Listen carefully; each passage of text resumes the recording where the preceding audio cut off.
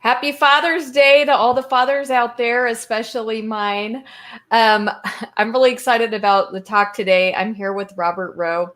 And if you guys have seen Robert Rowe on my channel before, he shared how he came to know the Lord. And he went through this really rigorous process of how he came to know the Lord. And today we're going to have a different discussion. We're going to have a talk about origins and how and when God created the world. And so, hi, Robert. Glad you're here. Good afternoon to you, and good morning to me if anyone's in Australia, and good evening, and I don't know. Yeah, and happy Father's Day as well. Cool. Blessings to all the fathers there.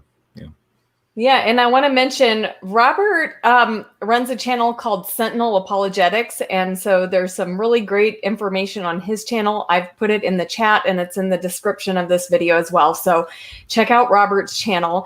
And this should be an exciting discussion today because, if you have ever been confused about the Bible and how the Bible works with, what scientific discoveries have been made.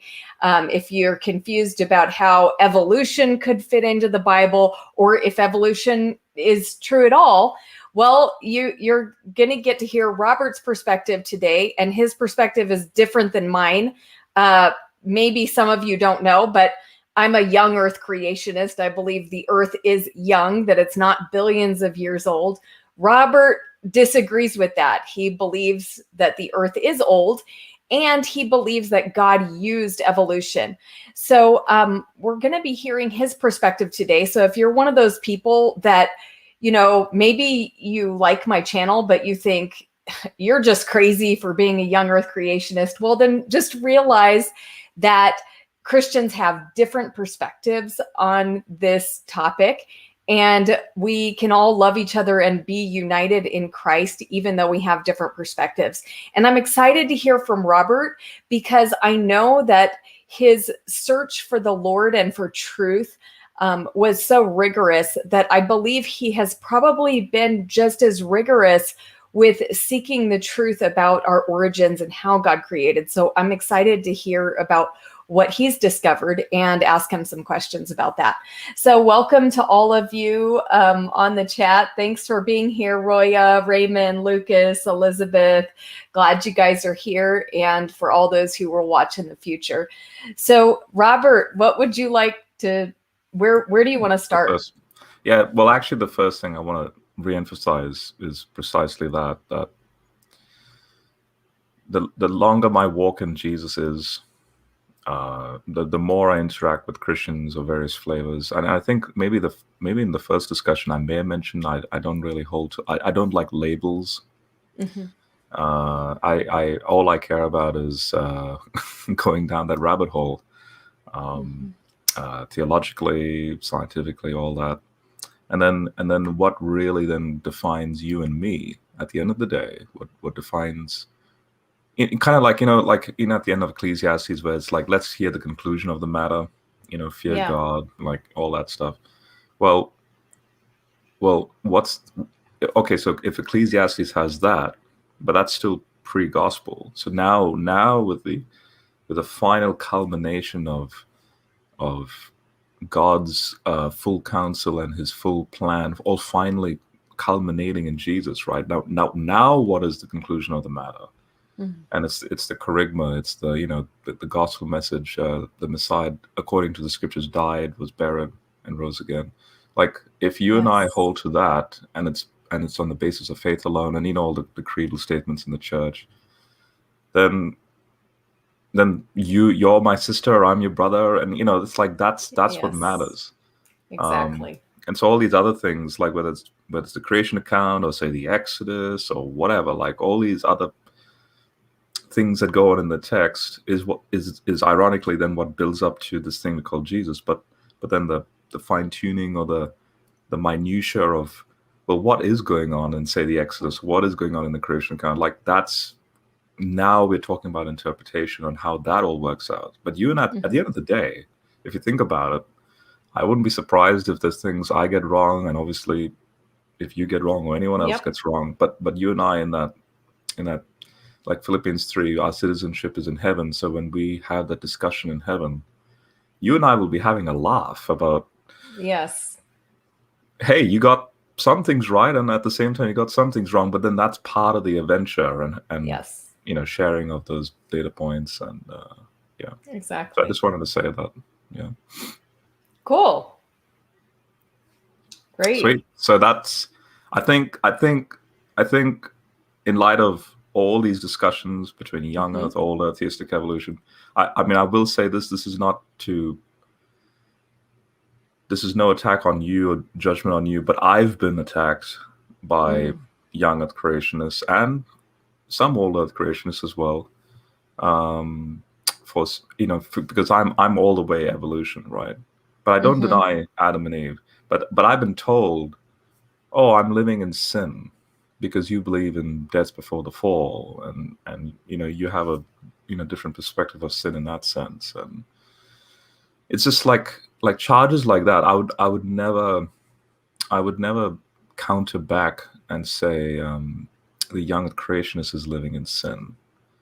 Now, what I can say is the young creationist is living, well, that's the thing. It depends. They could be living, again, from my perspective, from the scientific context, they could be living in a complete ignorance. So that's all they know. Now that sounds a bit harsh, right? That sounds really judgmental. But I'm never going to then say that I'm better than them, because at the end of the day, you and me, or the young creationists and me, are subject to the master in heaven. Yeah. It's just that I'm having a perspective of knowledge, and you obviously are claiming to have a perspective of knowledge. But never will I ever say you are lesser, or you're more below me than me in God. Yeah. No, it's everyone is a wretched sinner, and and all that. So because then, if the moment I go into treating theistic evolution, or the young Earth creationists treating young Earth creationism as a type of performance of then what defines you as a Christian, now you can't help but define that as some form of like cultic mentality. Yeah. So, well, can you tell us, why do you believe in evolution? And then how that fits in with the biblical account of creation. Yeah, I think, and that's another thing. I think a lot of these discussions, so you have the skeptics of evolution asking that question, and then the evolutionists giving the scientific answer. And I think for too long, what frustrates me is that there's no theological or philosophical sort of like the other side of the coin. If you're a Christian and if you hold to evolution, let's start with that first, and then drive that into, say, maybe the theory. So for me, it's just the textbook definition of evolution, and all what is in the school, right? And really, I don't need long to say this. Okay. It's as simple as the incarnation.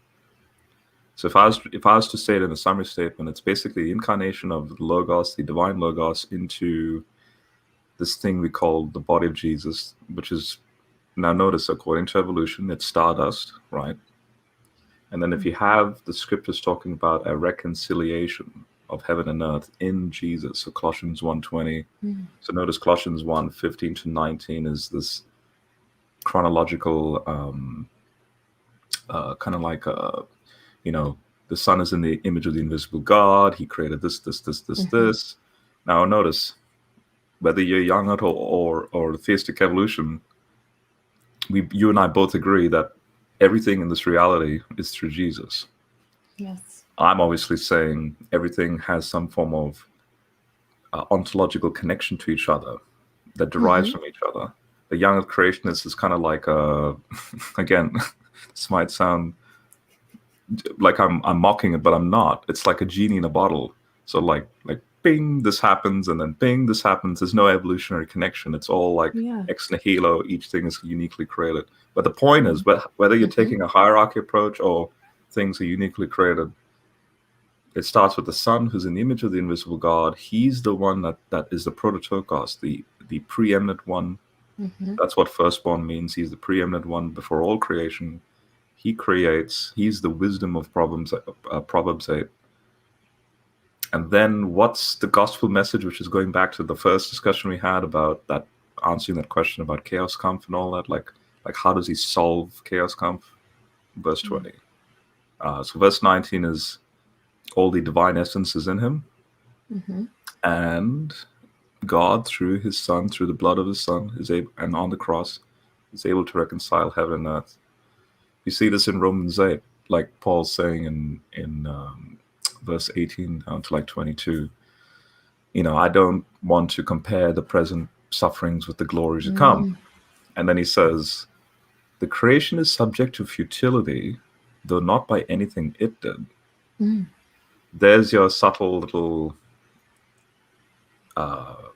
those words, though not by anything it did, is like comes at the heart of this issue of the young earth and theistic evolution. So young earth says the creation caused futility to enter in, because guess what? Adam and Eve are part of the creation. And the young creationist likes to say that it's Adam and Eve that introduces death, suffering, sin, and all that.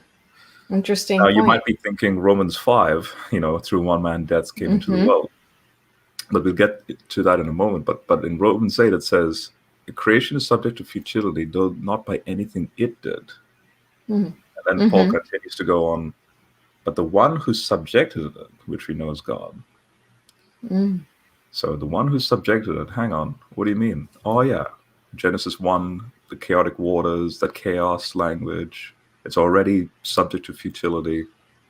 So the one who subjected did so in the certainty that the creation would also be free from this corrupting bondage in order to share in the revelation and in the glory of God's children, which is you and me. We are the children. So the creation will also share in that.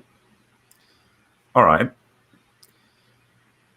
So this is pretty amazing. So for there to going back to the first discussion, for there to be a new heaven, new earth, notice Revelation 21:22 doesn't have anything to do with like when God becomes incarnate in Jesus in a Homo sapien body. That it's only Homo sapiens that are this thing we call the new heaven, new earth.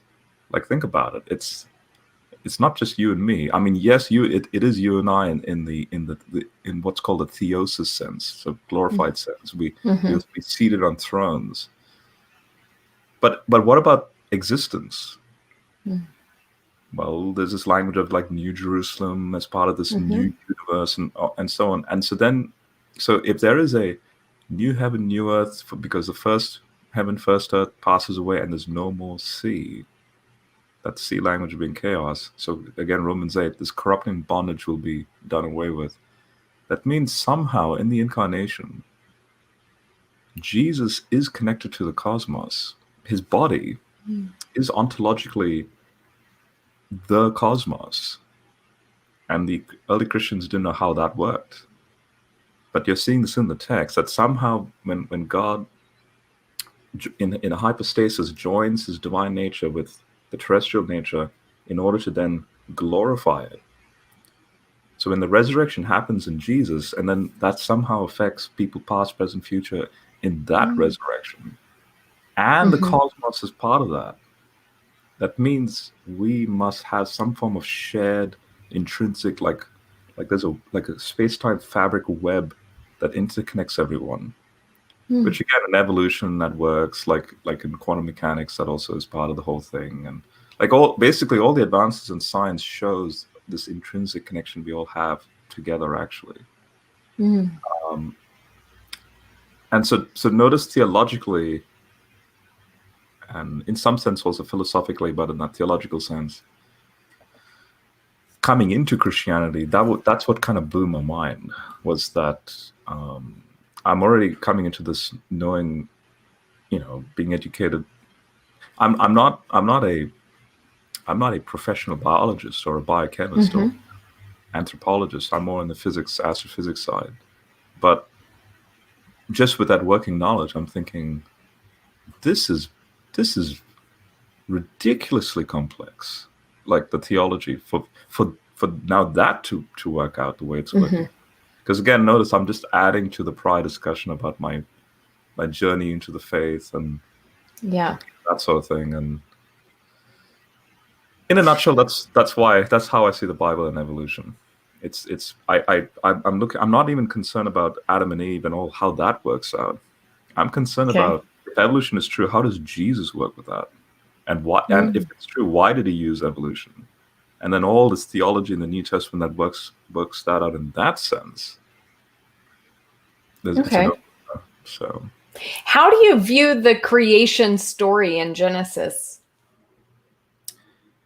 Okay, so, but just quickly, what I just explained there, like, what's your immediate reaction maybe in a few words, and then we'll get straight to that. Oh, sure. Yeah. Well, I would say that is beautifully expressed. It's, very like poetic in the way that you're describing it. And so I can see the beauty of the way that you're understanding, your view of the universe and how all things are reconciled in Christ. I can see the beauty of it. But I still don't think it's true. And for me, I've just been thoroughly convinced that evolution is silly and absurd. And I mean, at this point, I just don't see how I could be convinced to stick evolution into the Bible. So I can't see it that way, but I do appreciate your ability to express it that way, because I do think there's a lot of people out there who believe very strongly in evolution and who think, if I'm going to believe in this God of the Bible, then, I have to find a way to reconcile that with my beliefs about evolution. So for those people, I'm sure that you're reaching something important for them, and you're expressing something important. And I think there's a lot of truth in what you're saying. If we just, but I mean, again, I don't believe in the evolution part of it. Okay. Yeah. So, again, don't worry. There's still a lot of time for discussion. This is a lifelong discussion, right? Okay. It's not like I'm meant to make you an evolutionist or something. But all I'm saying is, look, that is the perspective that I came across, and I was just like, this is just amazing, that the cross and the incarnation and all, how that works. So then coming to Genesis 1, then understand first and foremost that all the modern interpretations, mine included, we're all in the same boat. If you and I are not the ancient Near Eastern person in this sense. So in this case, they did hold to a flat earth and all that stuff. And then Genesis is a polemic with respect to that. So young earth creationism, old earth creationism, theistic evolution, we're all concordus. What we're trying to do is we're trying to concord Genesis with, let's just say, and let's just be honest, with a type of private interpretation. Again, that's not to discount the interpretation, because guess what? When you take into account practically all of Bible theology, I wouldn't be surprised if there's some form of tiny permutation of a private interpretation in all our theology, whether you're talking about eschatology, whatever, right? And I'm pretty sure God's fine with that, because guess what? We're fallible human beings. That's part of the scientific endeavor of keep testing, right? And keep searching the scriptures. When it becomes dogmatic, that's when it becomes dangerous. So we know what is dogmatic is, again, going back to the gospel. That is the dogmatic stuff. So concordism, for anyone that doesn't know, is basically concording. The word basically means you have this text, you already have, I mean, think about it, you already have a set of biases built into you from your childhood up, the type of education you received. Don't forget also the Bible. You might, well, obviously, most likely the case, you'll be reading the Bible in English. If you're in a Chinese culture, you could be reading it in that Chinese sense, or Japanese, or whatever. Mm-hmm. But let's just stick with English for now. And you could be reading it in the 1600s, 1700s, 1800s. Mm-hmm. Obviously now in the 2000s. And in every generation, there's always been a concordist approach, in the sense of, well, it's what makes sense to me. Mm-hmm. But first, understand what makes sense to the original audience, the original writer and the audience. First, understand that first, then let's see how God works with the church moving forward and the interpretations that come after that. And sure enough, I'm pretty sure God's aware of that. And guess what? Paul himself in Ephesians 2 and 3, specifically in 3, he says that now that the church, this thing we call the church, has arisen, God's, and I love this, the Greek word, it's the word for multifaceted. It's like, but the Greek word is so technical, it just means like an object that's forever changing into some new shape that's always new. That's how he's describing God's wisdom in this sense, because God is infinite. So there's always something new to learn. So this multifaceted wisdom of God is able now to then be always flowing through this thing we call the church. And sure enough, church fathers, patristics, the creeds, the last 2,000 years, like all the commentaries, the songs, the hymns, the discussions, like that's a testament to that truth. And in this case, also interpretations of Genesis is part of that. So what's the original context of Genesis? So I do hold to a proto or a pseudo, not pseudo, like a semi-Mosaic authorship of Genesis. But I do also hold to the latest in scholarship that will say that you have a final redactional form of the Torah in the Old Testament during the Babylonian exile and post-exilic period. You finally get this thing we call the Old Testament. So in that sense, if you're going to get editorial work slipping in, you're expecting to find even more polemical flavors in the text, even up to the point of the exile. Now, Genesis 1, if you're an ancient person reading Genesis 1, you're basically reading, and people like John Walton, Michael Heiser, they'll bring all this out. You're basically reading a temple inauguration, but of God's temple. This is why you have the days mentioned there.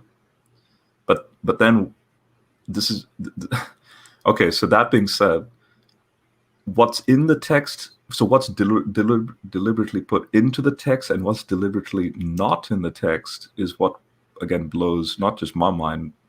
If you're sensitive to the ancient Near Eastern stuff, but even the scholars who do specialize in this.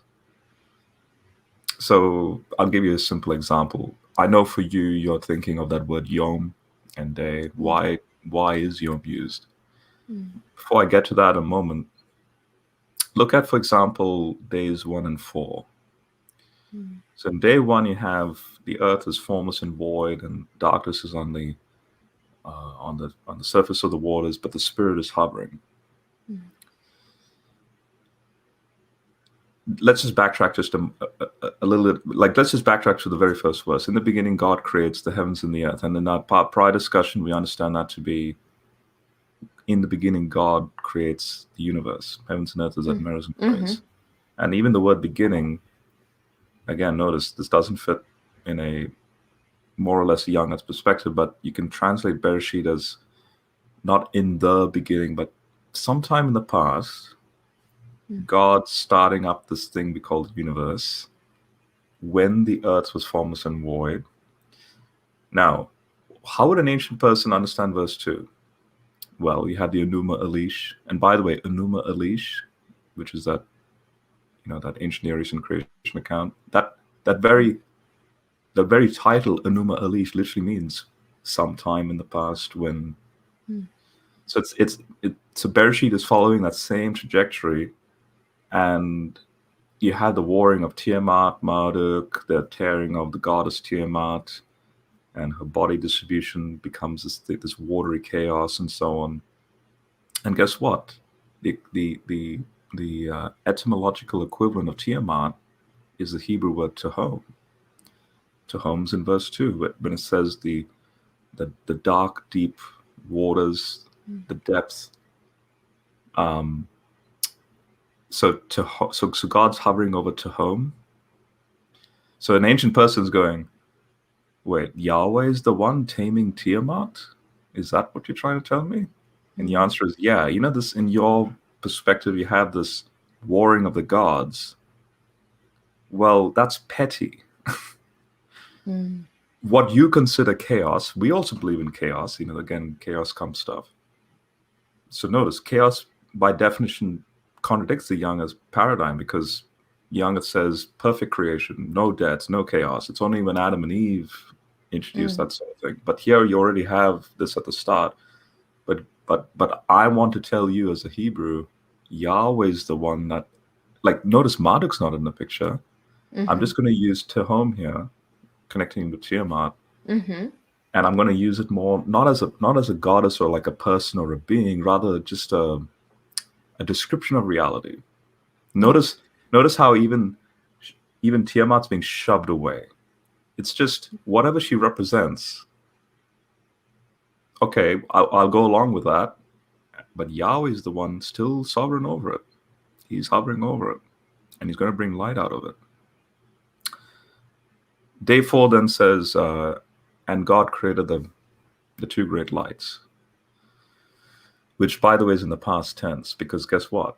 In the Youngest model, you believe sun, moon, stars appear for the first time on day 4, but if heavens and earth in the first verse mean, it's a merism phrase to mean the totality of everything, and that the sunlight was being blocked in verse 2, that means in the past tense it can literally read, and since God had made the great lights, now they're becoming visible for the signs, seasons, days, and so on.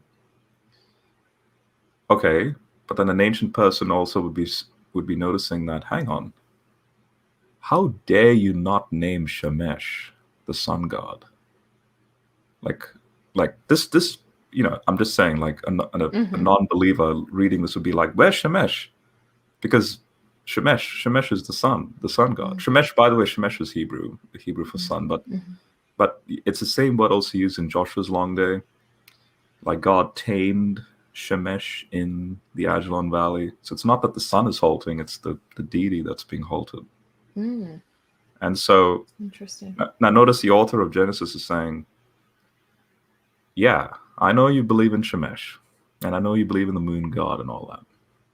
Notice that the Genesis text also introduces that phrase, signs, seasons, days, years, right? Go, and I'm using this as an example. Go to like Galatians 4. And in Galatians 4, Paul speaks like an atheist. And this is why I love. Well, I'm saying that in a tongue-in-cheek way, because obviously he's a theist, but he's speaking so natural, so logical. Like an atheist should not have a problem with Paul, but that's my point to the atheist reading it. I'm like, look, you accuse Christians of being superstitiously, but here's a religious person who is using his mind and not thinking superstitiously, basically encouraging people to stop thinking superstitiously. So in Galatians 4, when he says the son was born through a woman, born under the law, so we're all become then children of God, Abba Father. In the very next verse, 7, 8, 9, he then goes, you were without God in this world, without the true God. And you were slaves to things that are not gods at all. And then he clarifies what he's saying here, and the Galatian context is to do with astrology and pagan stuff. So he says, you observe days, seasons, years, but these are bankrupt principles. These are not God. These are not theos or divine, right? So like Zeus is Jupiter. Notice this is cutting edge. This is very cutting edge for Paul in the first century to say Jupiter is just a natural object. That is remarkable for someone like an ancient person like Paul to say that. That's why the Christians were accused of being atheists, right? Remember in that prior discussion about Polycarp? It's like, yes. So Genesis 1 then this is thousands of years before Paul, which is even more remarkable that it's saying, yeah, it's just a great light. I'm not even going to say it's Shemesh. It's just a great light, and there's the lesser light, and their function is to do what they do, because guess what? That obviously accommodates humans in our everyday experiences, like the moonlight and the sunlight, and then the stars for like navigation and so on. Mm-hmm. But notice again how beautiful the text is to just speak very like naturalistically and not superstitiously, because again it's a polemic to the ancient Near Eastern audience. So then giving those examples, then what about this thing called day? Well, Israel is not the first nation to arise, first and foremost. In fact, practically Israel doesn't exist until like after the Exodus, if you think about it. And again, Deuteronomy 32, that peculiar verse about the distribution of humans under the other gods, but then God starts with Abraham, and that's his portion, and so on. So like that means you're talking about a lot of nations that pre-exist Israel by long time. And archaeologically, when we go and see other cultures, again, ancient Near East, that make up ziggurats, and ziggurat is like Tower of Babel is a ziggurat, and all these temples, and they had their inaugurational procedure and the protocol. And guess what? The whole 7-day week thing is not unique to the Israelites. Anthropologically, when we look at when we look at African tribes, and then we backtrack that all the way back into, say, 50,000 years ago in the Persian Gulf and so on, we actually see that their chronological markers was the lunar calendar, but that's depended on the woman's cycle. And you know where I'm going with that with respect to your biological function that relates to possibly procreation if that was happening. And so in other words, 7 times 4 is 28. So there's your month, the 28 days. 7, notice 7, and then 4. Like, so they take that as sort of like a chronological marker. And if a week then is defined in that period with respect to the moon and so on, which, by the way, obviously we know that to be 24 hours, but if we were living 100 million years ago, the moon, or actually maybe 300 million years, the moon would be, the Earth's rotation would be 21 hours. Another 200 million or 300 million years from now will be about 26 hours. So, but that again, I'm importing now the all Earth perspective with respect to the time differences that the Earth would experience. So if you and I were living 200 million years ago, you would be a 21-hour young Earth creationist, not a 24-hour young creationist, right? But again, Yom though, so in our context, it's 24 hours, right? Because that's where we're at the moment. So every permutation of a temple would be categorized with like day 1, so evening and morning, day 1 with respect to this part of the temple inauguration, and then day 2, then day 3, and day 4. And guess what? You see this in Solomon's inauguration of the temple, and it's the same 7 days.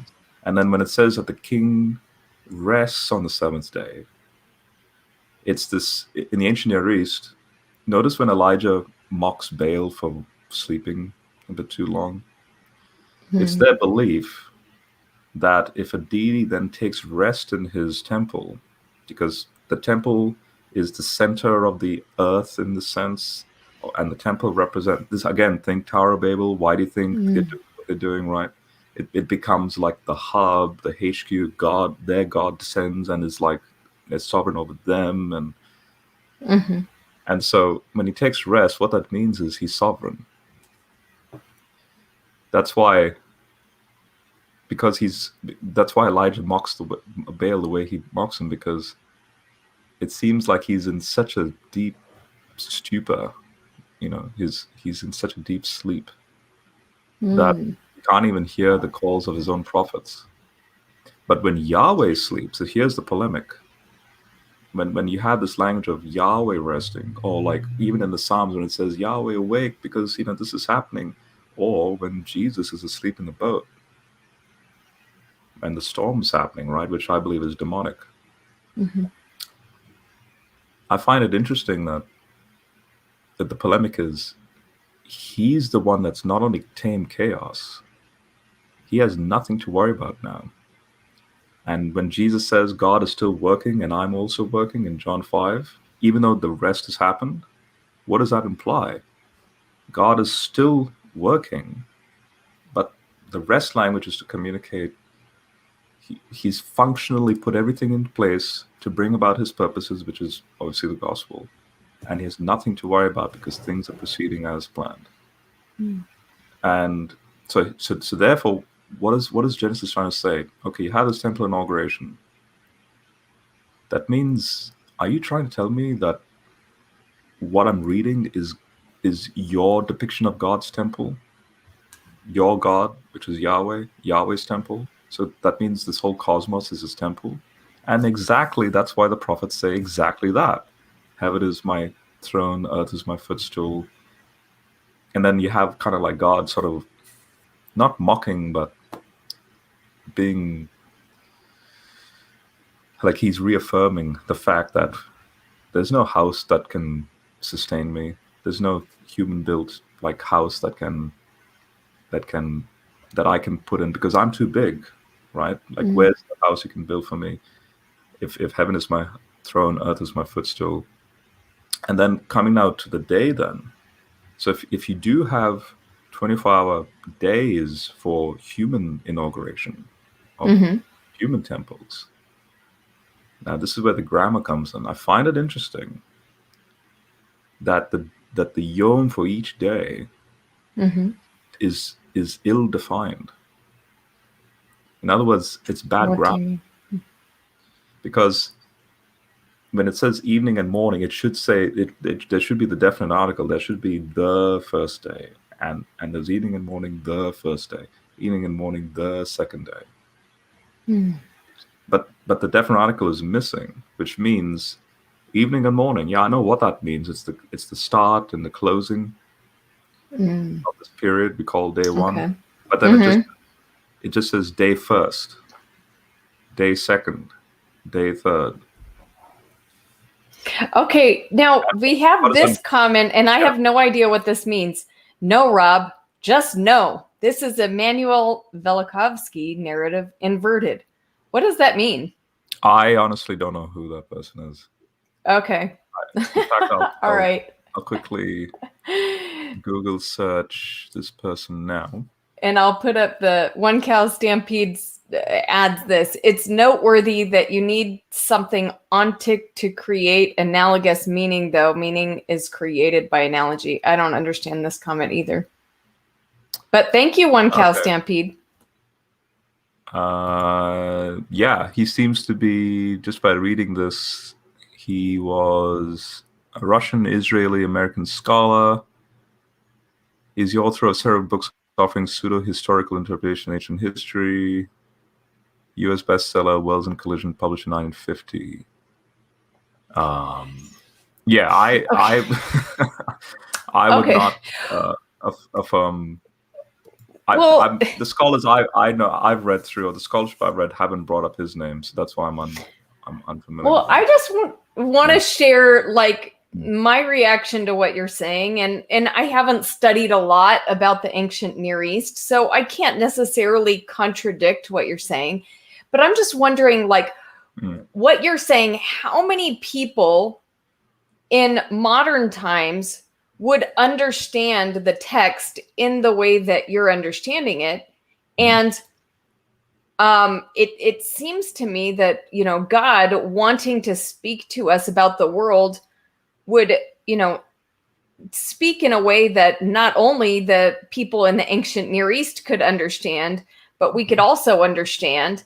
And I would never, ever get what you're saying just by a plain reading of the text. And so it seems like odd because, I mean, I have a plain reading of the text, and yes, we all have our biases that are coming in, but it just seems that a plain reading of the text has been able to touch and be understood by people of all cultures in modern day and, throughout the last few thousand years.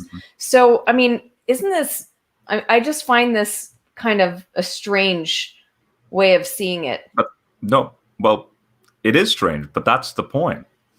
So you, like, when you say plain reading, the perspicuity of scripture, right? First and foremost, when there are young Christians I've engaged with that get a little bit irate, and I'm so thankful that you're showing that, that graciousness about let's dialogue about this, and that's a breath of fresh air. But when I get those who are quite irate, kind of like again this gentleman that said, "No, it's this. You're following this guy," and I don't know who that is, but they tell me exactly what you just said. What the scripture plainly says. And I'm like, look, isn't it interesting?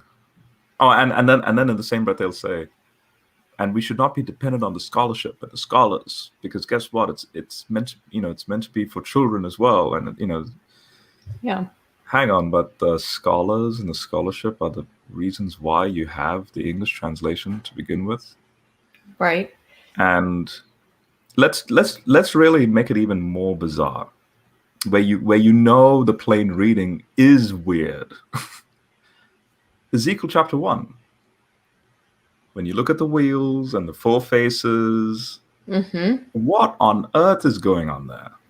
Yeah.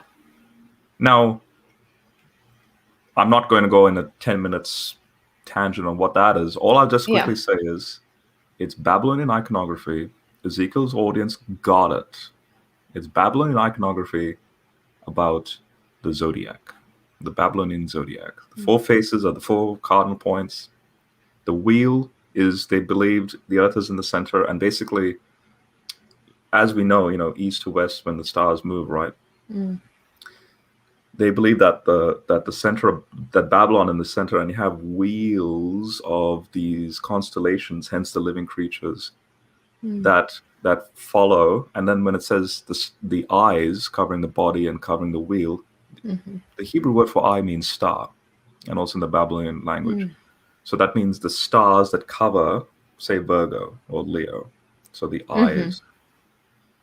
And then they rotate it's all simultaneous. Notice Ezekiel says everything happens simultaneously. When the wheels move, then the creatures move.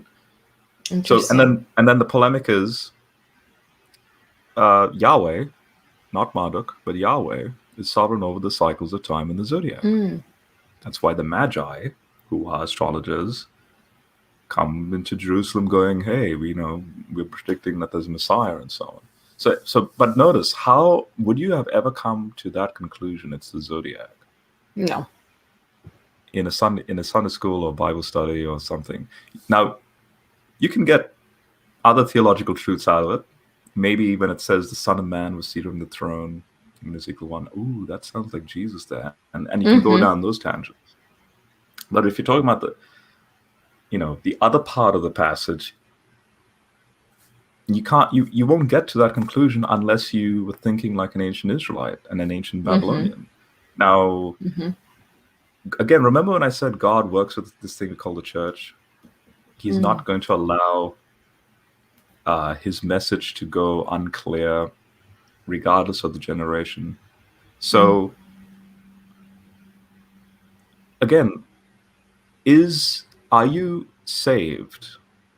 Is salvation only through a perfect understanding of Ezekiel 1 and Babylonian iconography and zodiac? No.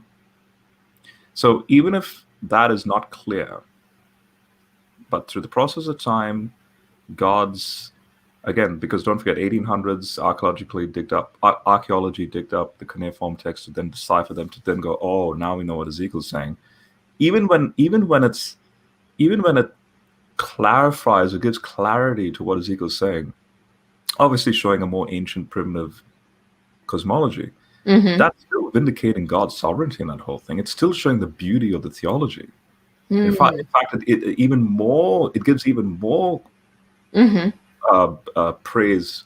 We should praise God even more because of the clarity. The Dead Sea Scrolls, there are missing verses in the King James translation.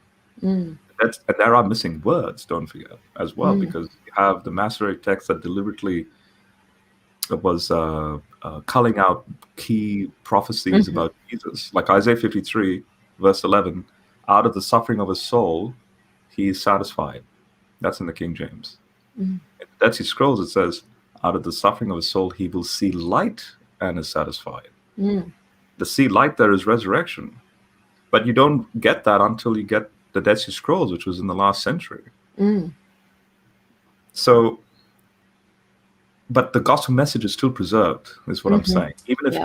Even if there's mystery and non-clarity or there's missing verses, the point is, even if I rip out a page and that's all I have to work with, the gospel is still on that page. So I'm using all this as an analogy to say, first, I understand the fact that it is a fact that you and I, notice we're concording when we say plain reading of the text. You're already doing something. I understand. I see. Everything up. Yes. We're concording the text to our what? My plain reading of the text. it assumes that everyone will have that same plain reading, but they may not. But it's not. Right. So we have to first go, let God be God. Obviously, let God be God. Let then the wisdom in how he interacts with these ancient audience and the grammatical rules and all that stuff, let it work in that way. And also let's see what happens when we read it in our vocabulary and so on. And then it comes now down to then what does the book of nature say with respect to the scriptures? But putting aside the modern science stuff, the fact is the ancient audience was flat Earth and so on. They weren't young Earth creationists. They were neither theistic evolutionists nor young Earth creationists. You see what I'm saying? But the question was, were they sitting around 1 million years ago, or were they just a few thousand years ago? But that's our modern scientific question. Okay. So if you and I, I'm the theistic evolutionist, you're the young Earth creationist, and we approached, I don't know, say Abraham or something, Abraham would be like, no, I have a third opinion. It's this flat Earth stuff. And we don't have time markers, because guess what? The Enuma Elish literally says that. Sometime in the past, so Bereshit, going back to that way, Bereshit says, Hebrews 11, verse 3. By faith, we understand that, and some translations would say worlds, plural. The universe. Some translations say universe. But there are translations that say the ages. By faith, we understand the ages was made. Why? Because the Greek word is aeon, but in the plural. Well, why? Because, again, you have this, depending on Second Temple literature, that speak about the cycles of time, the ages, because they want to elevate God way above 24-hour temple inauguration. So notice, if you define Yom in day one as being not defined, like a not defined parameter of time, that means how much bigger and most sovereign is Yahweh, because it takes however long he needs to take, not that he needs it, but to then show the complexity and the vastness of our reality, which is this cosmic temple. So in day one, it doesn't define how long it is. Day two, there is no definition of how long it is. By the time we reach day 7, here's where I'm going to start to crack the door open for you a little bit. So by the time you reach day 7, why does day 7 continue on into the church age if it is 24 hours? So Hebrews 4 mentions this. Yes. Either John 5, I think, John 5. That there remains a Sabbath rest for his people. Is that what you're... And then Hebrews 4 literally says, and today in the Greek, especially whether it's the author of Hebrews when he wrote today, meaning in his day, that very hour when he was writing it today. Yes, it's true in that moment. Or maybe a couple of years later when a first century Christian was reading that Hebrews passage, when it says today enter that rest, or now 2,000 years removed, again, when it says today, we're entering into that rest. But again, remember that rest language was to do with God's sovereignty, that theology. So that's also part of it. But then at the same time, it's quoting Genesis 2 to say that seventh day is that rest that's still continuing on. So hang on, that means the seventh day is, to use a tongue-in-cheek, younger perspective, is not only 2,000 years, but is 6,000 years long. Now, I'm saying the sixth day. Basically, the seventh day is when the reason why God rests on the seventh is because humans are the culmination of that evolutionary process. So the moment Homo sapiens arrive on the scene, bang, God stops. But the anthropologists will say, oh, that's about 150,000 years ago, was when humans arise in Africa and all that, the modern hominid. That means the seventh day is 150,000 years long. Extend that out into the fact that we know that the Earth is 4.5 billion years, then extend that out into another 9 billion years for the universe. So now we have a total of 13.8 billion years, right? So when I look at now the Book of Nature like that, and I see the fact that Yom's not defined as 24 hours, it's ambiguous. Yom can mean a period of time because there's no definite article. And you have theological extrapolations, like because these are long periods of time. But again, they didn't use that phrase "long periods of time." It's yom, just a period that extends out into the church age theologically in Jesus, and we're waiting for that eighth day, which is the new creation, to take place. That's how the patristics would argue it. My final point, let's just say, putting all that technical stuff aside, I want to honor that perspicuity thing that you mentioned a moment ago. Like, okay, now that all the scholarship has given this thing we call the Bible, but on a platter, but in English, are there anything we can tease out just by the English reading? Even though the English reading, for the sake of English readers, might have the definite article, like in the first day, the second day, and so on. Yeah. I found it weird that you have day, just by the rules of English itself, appearing in different ways. So in day one, you have day defined as daytime, light. When the light comes through, you call the darkness night. And the light day. Yeah. And then that was the first day. So what does day mean? Well, the word I know in English, day can mean, in this case, it's defining it. It's daylight, which we know to vary depending on the season. Then in day 4, signs, seasons, days, plural, years. So plural day is all happening in day 4. Is this maybe a summary statement of what's to come, or is it already happening? Again, it's ambiguous. Genesis 2:7. Oh, sorry, 2:4. This is the generations of the heavens and the earth. The day the Lord made heaven and earth. And don't forget, what does heaven and earth mean in that merism phrase? It means totality of everything. But what's the totality of everything? The whole creation week. So day is defined as the whole creation week. So just by looking at the text itself, days used multiple different ways. And here, that's true. I should humble myself and go, well, I understand this. I'm reading it in English, and you and I both know when it comes down to Bible study or say we're reading the Gospels and we understand we need to tease out what the original language says. Obviously, there's a lot more going on in the original language, and not just the original language, but also that whole ancient Near Eastern stuff that the author's having to engage with first and foremost. Okay, and then if we're talking about evolution.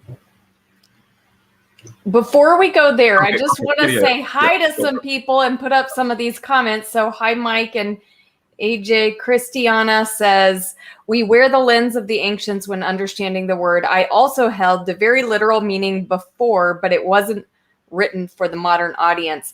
And then Ken says, how can someone measure what a day is for God? What does Psalm 90 say? Just quickly, what does Psalm 90 say and 2 Peter 3? That's quoting that psalm. Yeah, that a day is like 1,000 years for the Lord and 1,000 years. How can you measure it for God, right? Yeah. And then Mike Hill says, this is really interesting. Going to have to rewatch tomorrow, missed the start. And if you did miss the start, let me explain what's going on here, guys. We're talking about how and when God created. And, Robert and I have very different perspectives. I'm a young earth creationist. I believe God created, that the Genesis story is very simple, that God created, and that it wasn't such a long time ago, that the earth isn't billions of years old. Robert believes that God used evolution to create, and he's really, if you did miss the beginning, this is such a fascinating way that he is describing the Genesis account. So even though I don't agree with it, I just love the way that Robert is explaining the ancient Near East and pulling out the understanding as people would have understood it back then. And so this is just really a fun discussion. And so I'm anxious to get on.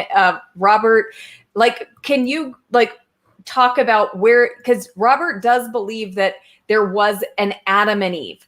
And so, and not all Christians who believe in evolution believe in a literal Adam and Eve. Some have taken the whole story to be very metaphorical, and they don't believe in a literal Adam and Eve. I believe in a literal Adam and Eve. Robert, even though he believes in evolution, does believe that there was a literal Adam and Eve. So can you explain to us how you think God brought about this literal Adam and Eve through the process of evolution? Yeah. Again, this is not to throw my young theistic evolutionist friends under the bus, but when they say, no, I'm just going to read this as mythical, polemical, theological, not a literal Adam and Eve, in my opinion, they're lazy. Because you can't, I'm not only am I taking the scripture literally, and guess what? Going back to the perspicuity question a moment ago, what is literal? Well, it's the ancient Near East as well as the modern, right? But yeah, for there to be any sense of the typology to work, and I'm pretty sure Jesus and Paul and so on, they acknowledge the existence of Adam and Eve. Now, just quickly though, if I was to troll a younger creationist, for them to think I don't believe in a literal Adam and Eve, this is how I would troll them a little bit, but I don't really mean it. But Jesus never mentions them by name. He never refers to Adam and Eve. Weird, right? Paul mentions Adam multiple different ways. First Adam, last Adam, first man, last man. Genesis 5 verse 2, if you have the King James with you, both male and female are called Adam singular, and the King James even capitalizes the A there, like it's an actual pronoun name. So obviously the word means human. So that's why modern translations, no, stop, you're going to confuse people, King James. It just says male and female are human, mankind, right? And then it goes into the actual Adam character with the chronology. I see. So that being said, again, reading the text, obviously I have human anthropology in mind, and I speak with all the anthropologists that work with fossils and migration patterns and so on. But but the text alone, I find it fascinating that you have. Remember when I said about we're all intrinsically connected? when it says in Genesis 2 verse 7 that God formed from the dust of the ground and breathes, it's a very rare word. In fact, it's so rare that even in that very verse, it's actually misspelt. Now, I'm not going down the rabbinic mystical side explanation here. It's just odd. The word is Yetzer. It actually occurs again in the very same chapter when it says God forms the birds out of the ground and all that in the same passage. Again, speaking about in the past tense, God had formed.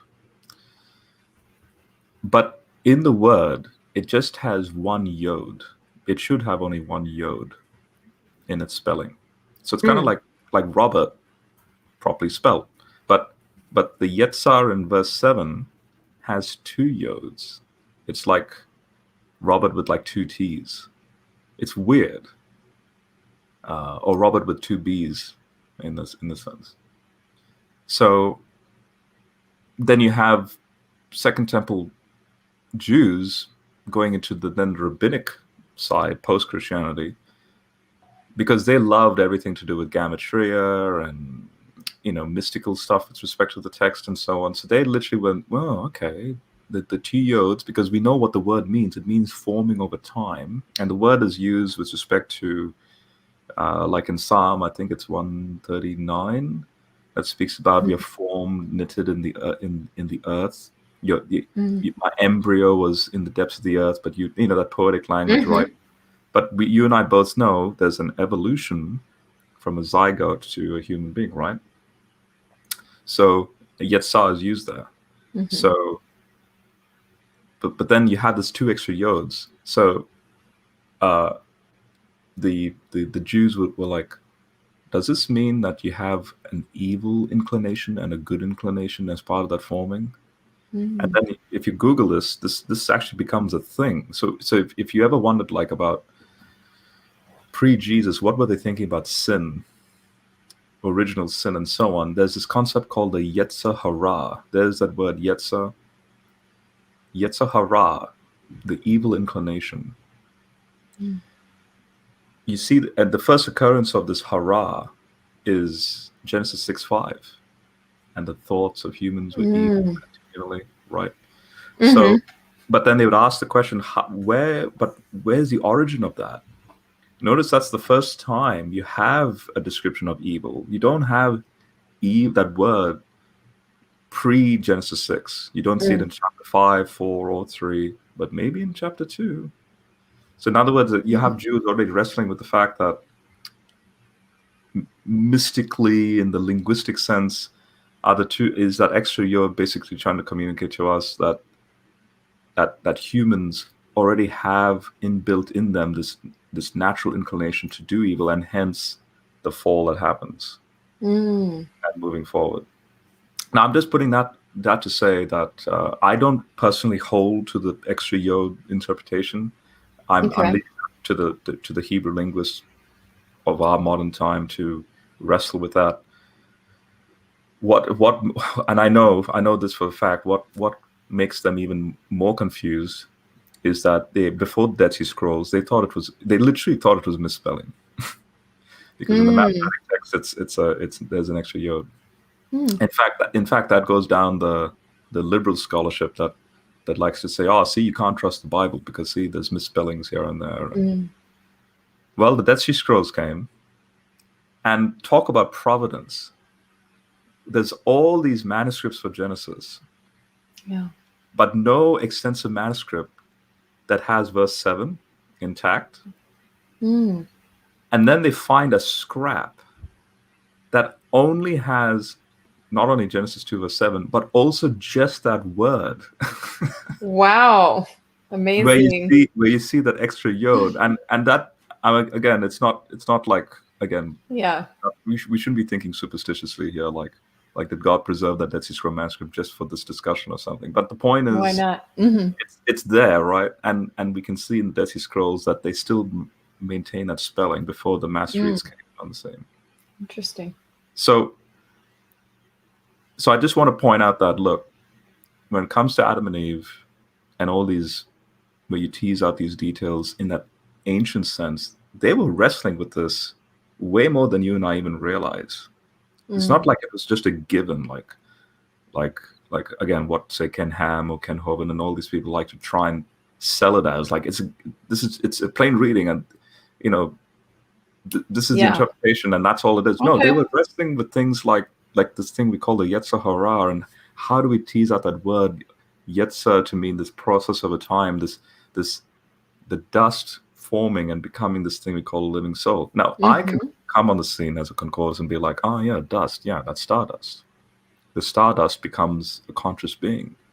In other words, the universe, through the process of what it does, we are conscious stardust, right? Because we're carbon-based and all that. Jesus in hypostasis is joining with stardust to then glorify it. Hence, if his body is stardust, or if his body is the cosmos, he's able to reconcile heaven and earth. Heaven and earth, again, is that phrase to mean totality, right? He's able to reconcile all of totality in him in that resurrection. I really love that imagery. That's beautiful. Yeah. Lucas says this discussion is too tame, needs more blood. Lucas is a friend of mine. He's a good mate. In fact, Lucas and I both interviewed Jeffrey Rose. He's the anthropologist in the Persian Gulf. And he is very sympathetic to, he's not a Christian, but he's very sympathetic to the Genesis creation account and all that. Okay, so here's a great question, and maybe this will bring some blood out for you, Lucas. So Mike Hill said, so dinosaurs didn't die out, but actually did evolve? Okay, maybe what let's just talk about dinosaurs. Well, I'll quickly end the Adam and Eve thing. Okay, yeah. So I was building all that up to say, okay. That being said, and I'll quickly then say this in the next 2 minutes, and then we go to that. So Genesis 1 then is humans generically. Anthropology says out of Africa. But Genesis 1, notice it doesn't give a region. It just says humans, multiply, fill the earth. It's fine. It's not saying sometime in the future this is going to happen. It's in the moment. Multiply, fill the earth, subdue language. And then here's, again, going back to that Chaos Conf language.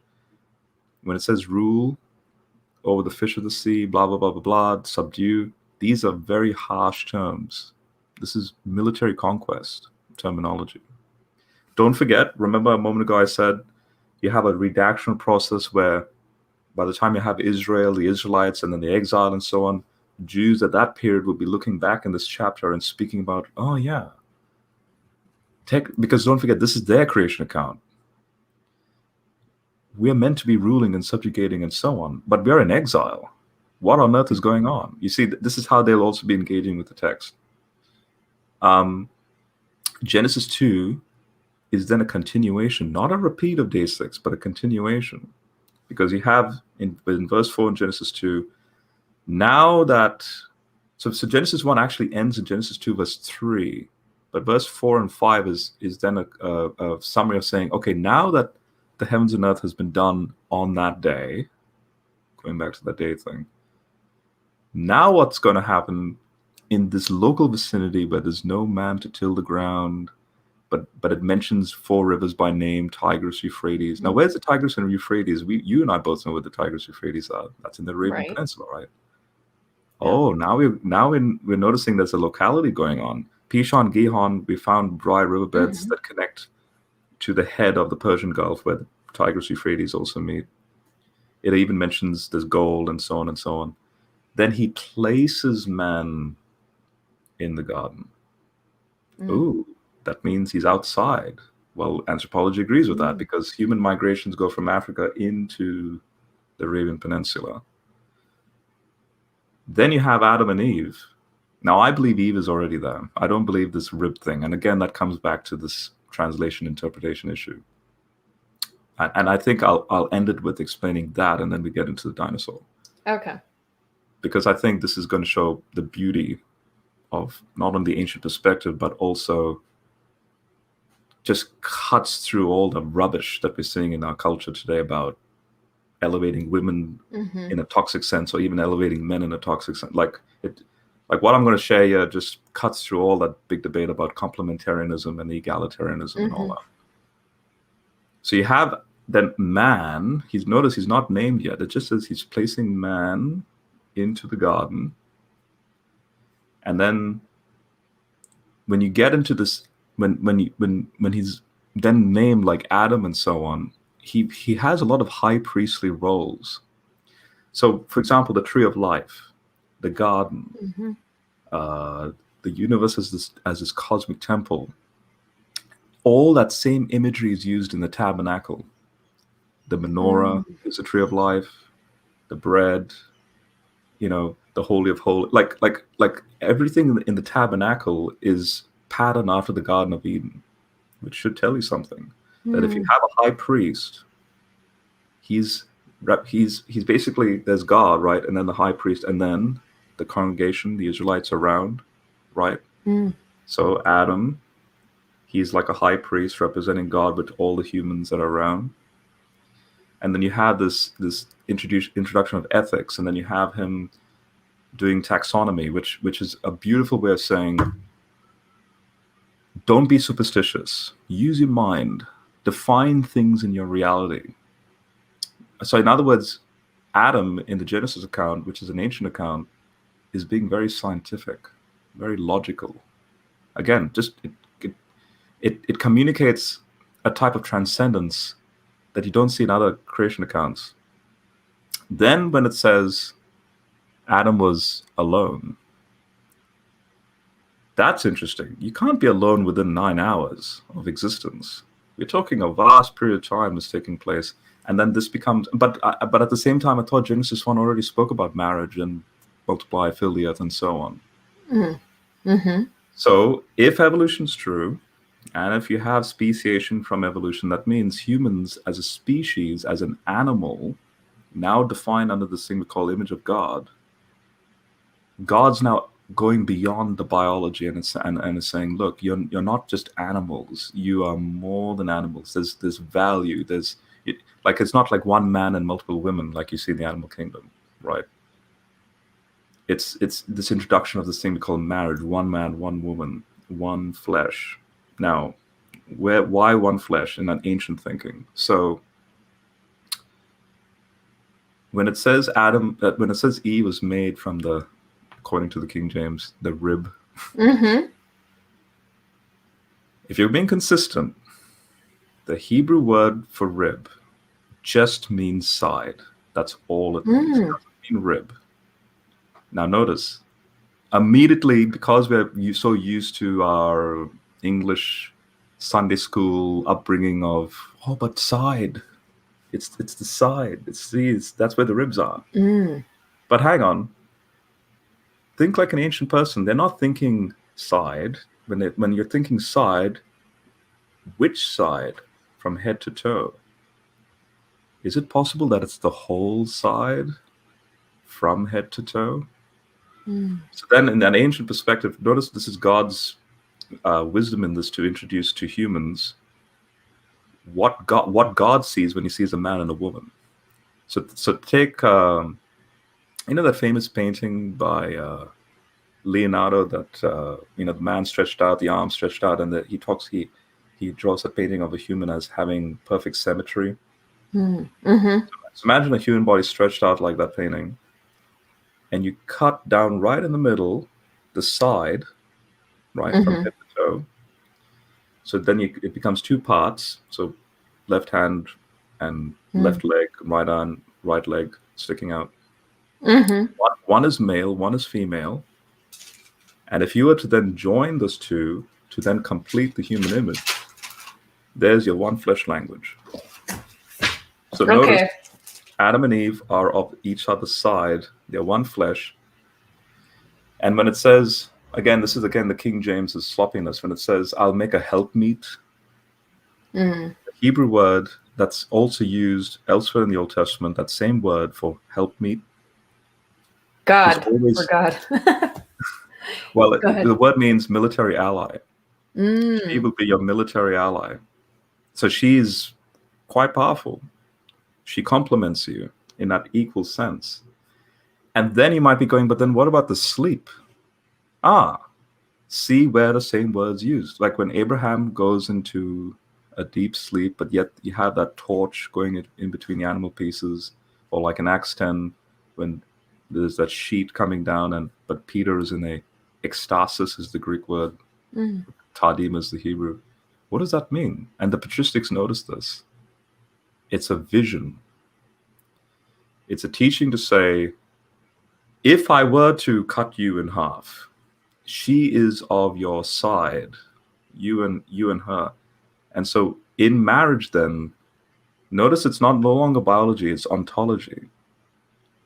Now we're transcending biology. It's no longer animalistic and because if that's all it is, which don't forget, in the ancient Near Eastern world, they're very sexual. And that's all they're thinking, right? The God of Israel is beyond sex. Yes, he's created it, but he wants to elevate you and I and Jesus obviously beyond that, right?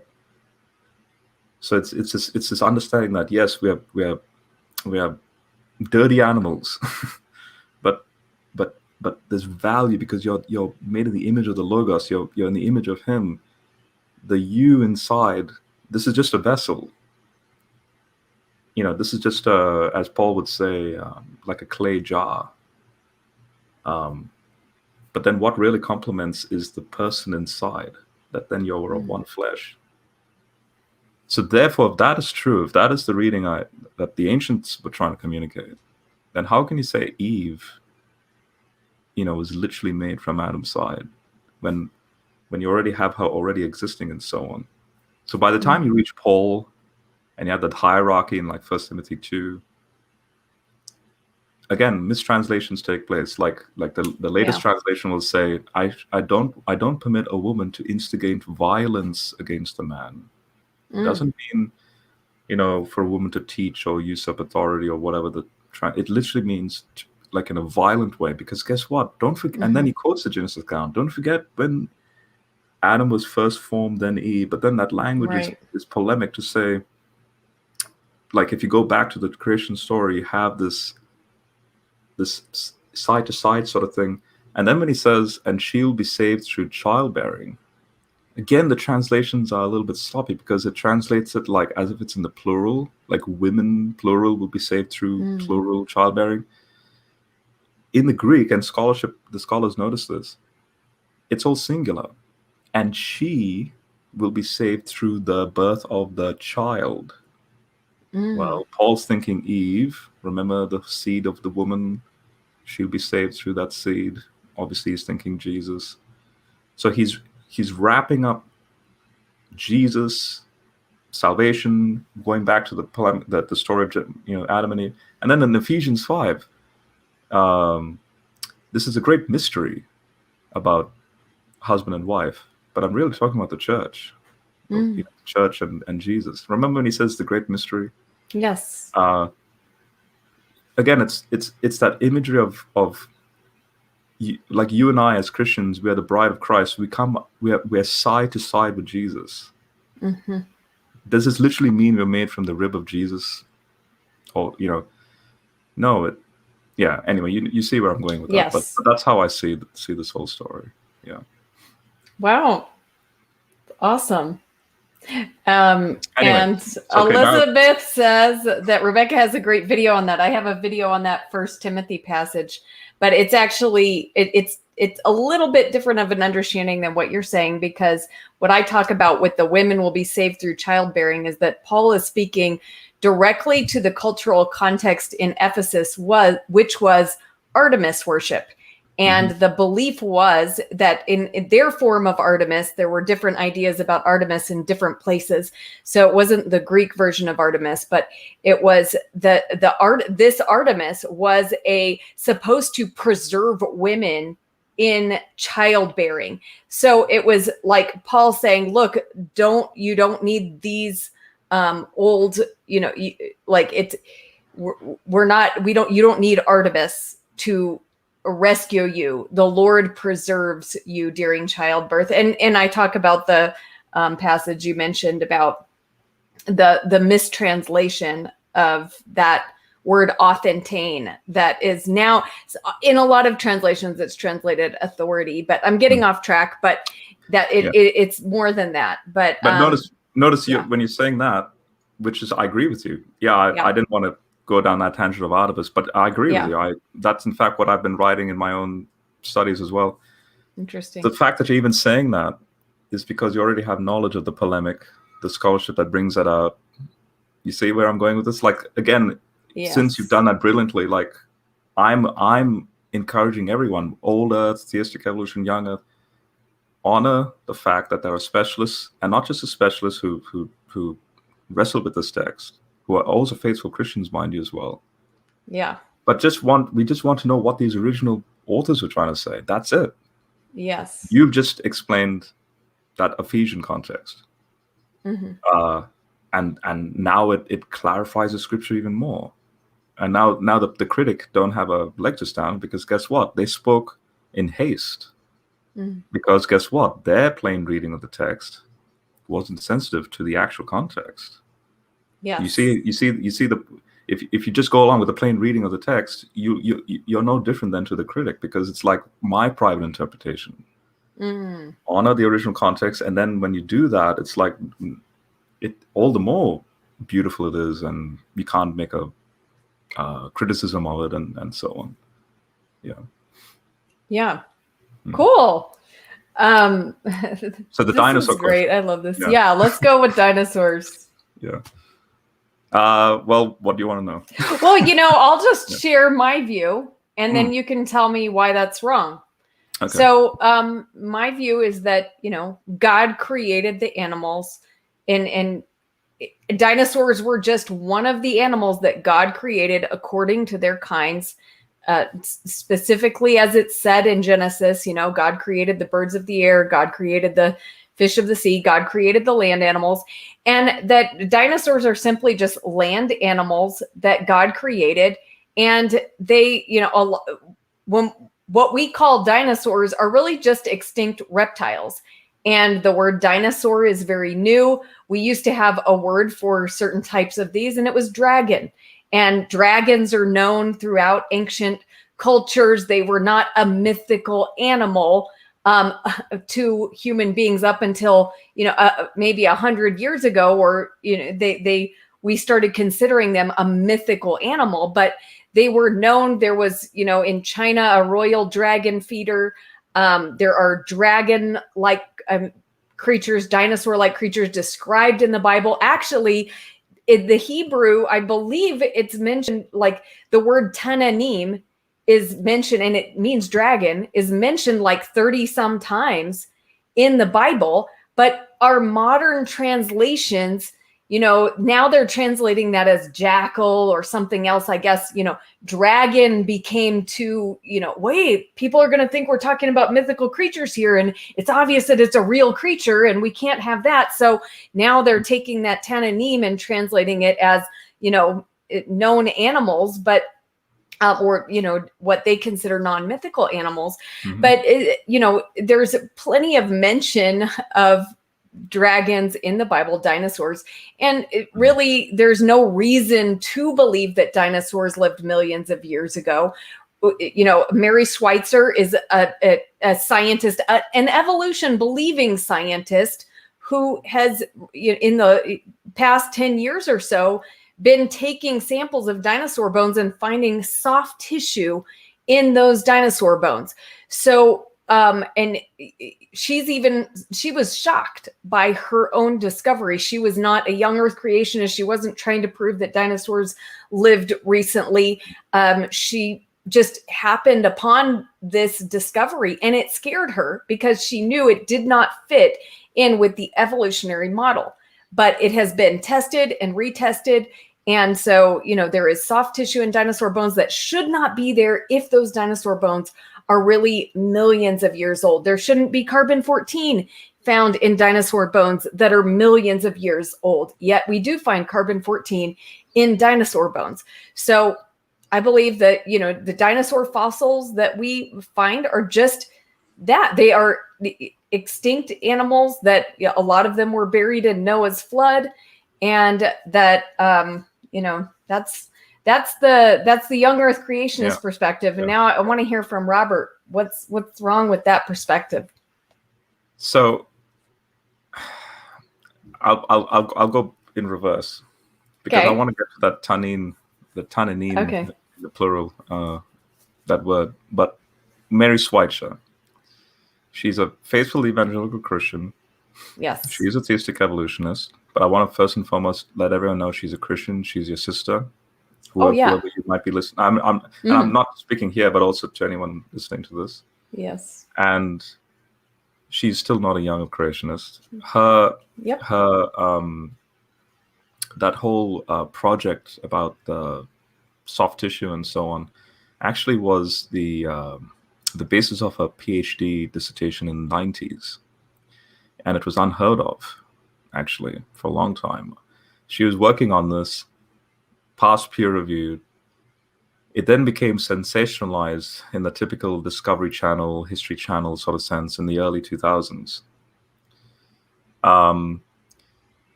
Now, it was still unheard of in the young creationist circles until, say, the last 5 to 10 years. Because suddenly they picked up on this and they're like, oh, we can use this. When already her research has done even more since the first findings and the first research. So much so now that she's written anywhere between 10 and 15 papers over the last, say, 20, 30 years on this question, finding more and more connections between that fossil, finding that it's a female T-Rex, possibly pregnant, connecting that to ostrich bones and so on. And in this sense, you have that avian connection between dinosaurs and birds. When we say reptile, it's like when you go into what's called cladistics, it's like that branch is still connected. All the more, so the more we understand dinosaurs, the more we are removing ourselves away from the Jurassic Park perception of a dinosaur and seeing them as more avian-like than this thing we call reptile. But they're still part of that reptile clade. Why would we see them as avian-like, Robert?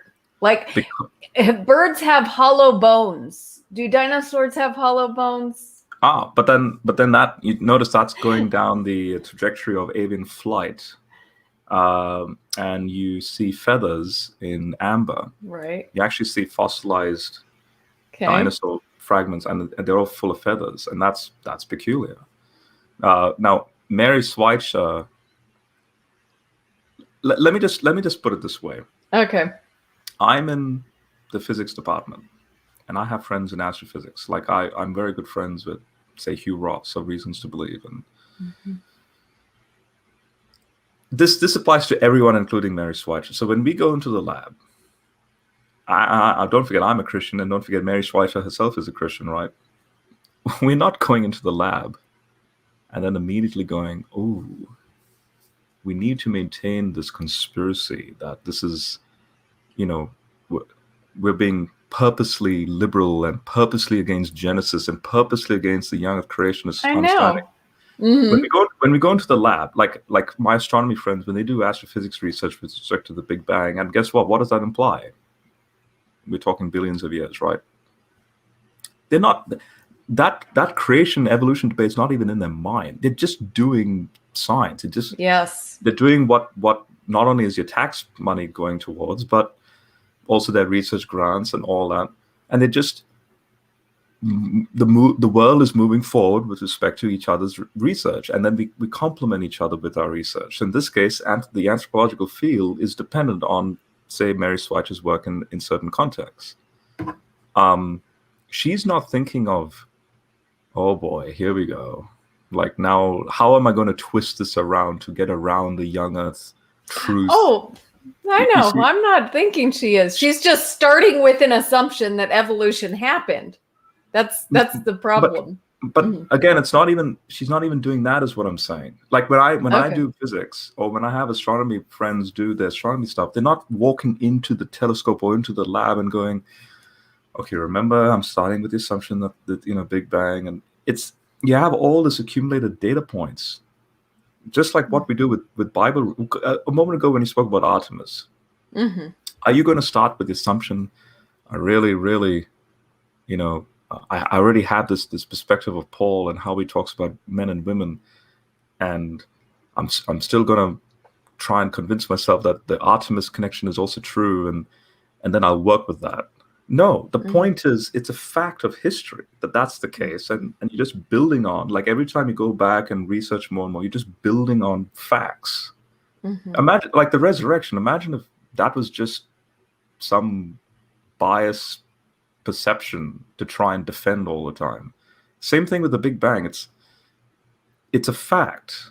Like there's this thing called the cosmic microwave background. You can actually even sense it through TV signals if you were carefully tune your antenna a bit, and you can actually see the microwave background on your TV. So evolution, in this sense, there's a lot of grounded reasons that the anthropologists and the paleontologists have defined already.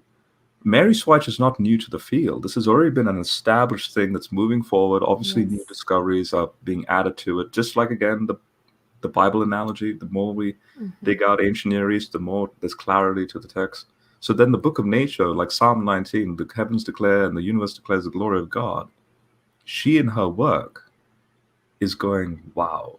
Like even now this is exciting. This is adding now to the database. And it has her work. This is the irony, and this is what I don't get. When you actually read her work, and not just her work, but also her work being utilized in other paleontological fields, it's actually aiding the evolutionary model, not like debunking it or something. How so? Because their conclusions is making that avian connection, knowing, say, the T-Rex is female, knowing it's pregnant, knowing it's like there's that avian connection, that there's an Where's the avian connection? Like, how is the T-Rex and the pregnant and everything? How is that making an avian? But those are the scientific details that she lays out in her papers. And the last paper was like 2019. I think it's 2019, but it's one of the very recent papers where she finally made that connection. And Lucas in the chat put up Fuzz's book, Dinosaur Blood and Age of the Earth. So what Fazal Rana is doing, he's part of RTB, and he's a biochemist. So by the way, I'm speaking here on behalf of the fact that I'm not a biochemist. I'm more in the physics department. So all I'm saying is, with respect to peer review, what Fazal Rana did was amalgamating all the data and making it into this very tiny short book that explains the whole thing. And I hate to say this, but this misuse of the dinosaur blood stuff is no different to, it's like grasping at straws. It's no different to like a skeptic or a liberal or like in fact, I'm going to say it this way: it's no different to a Jesus mythicist. When a Jesus mythicist says Jesus didn't exist and here's why, and then they go into all these weird tangents which have no relationship to the data. That's how bad it is now with respect to this Mary Schweitzer's work. Well, okay, Robert, we might have to disagree about that, and this isn't my field of expertise either. And I don't want to get too far off because of you want to talk about the tenon, and I want to get to that too. But I do want to just say really quick that, like you said in our last interview, that you never questioned the evolutionary model. And I believe that I don't believe that you or Mary Schweitzer or any of these other people are intentionally going in trying to prove or establish the evolutionary model. But I do believe that the education that most of us have had has so deeply indoctrinated us that we have not truly questioned the evolutionary model.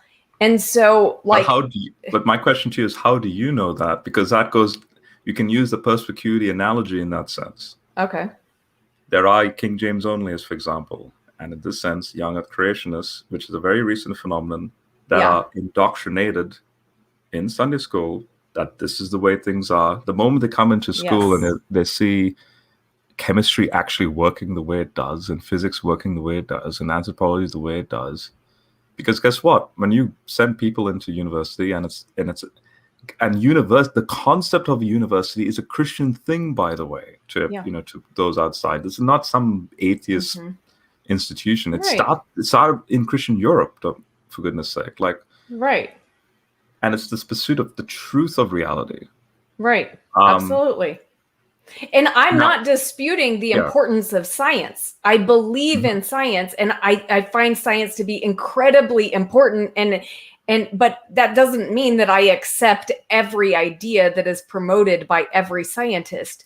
And so I think that so we are questioning all our models is not. It doesn't then become this is a fact or something.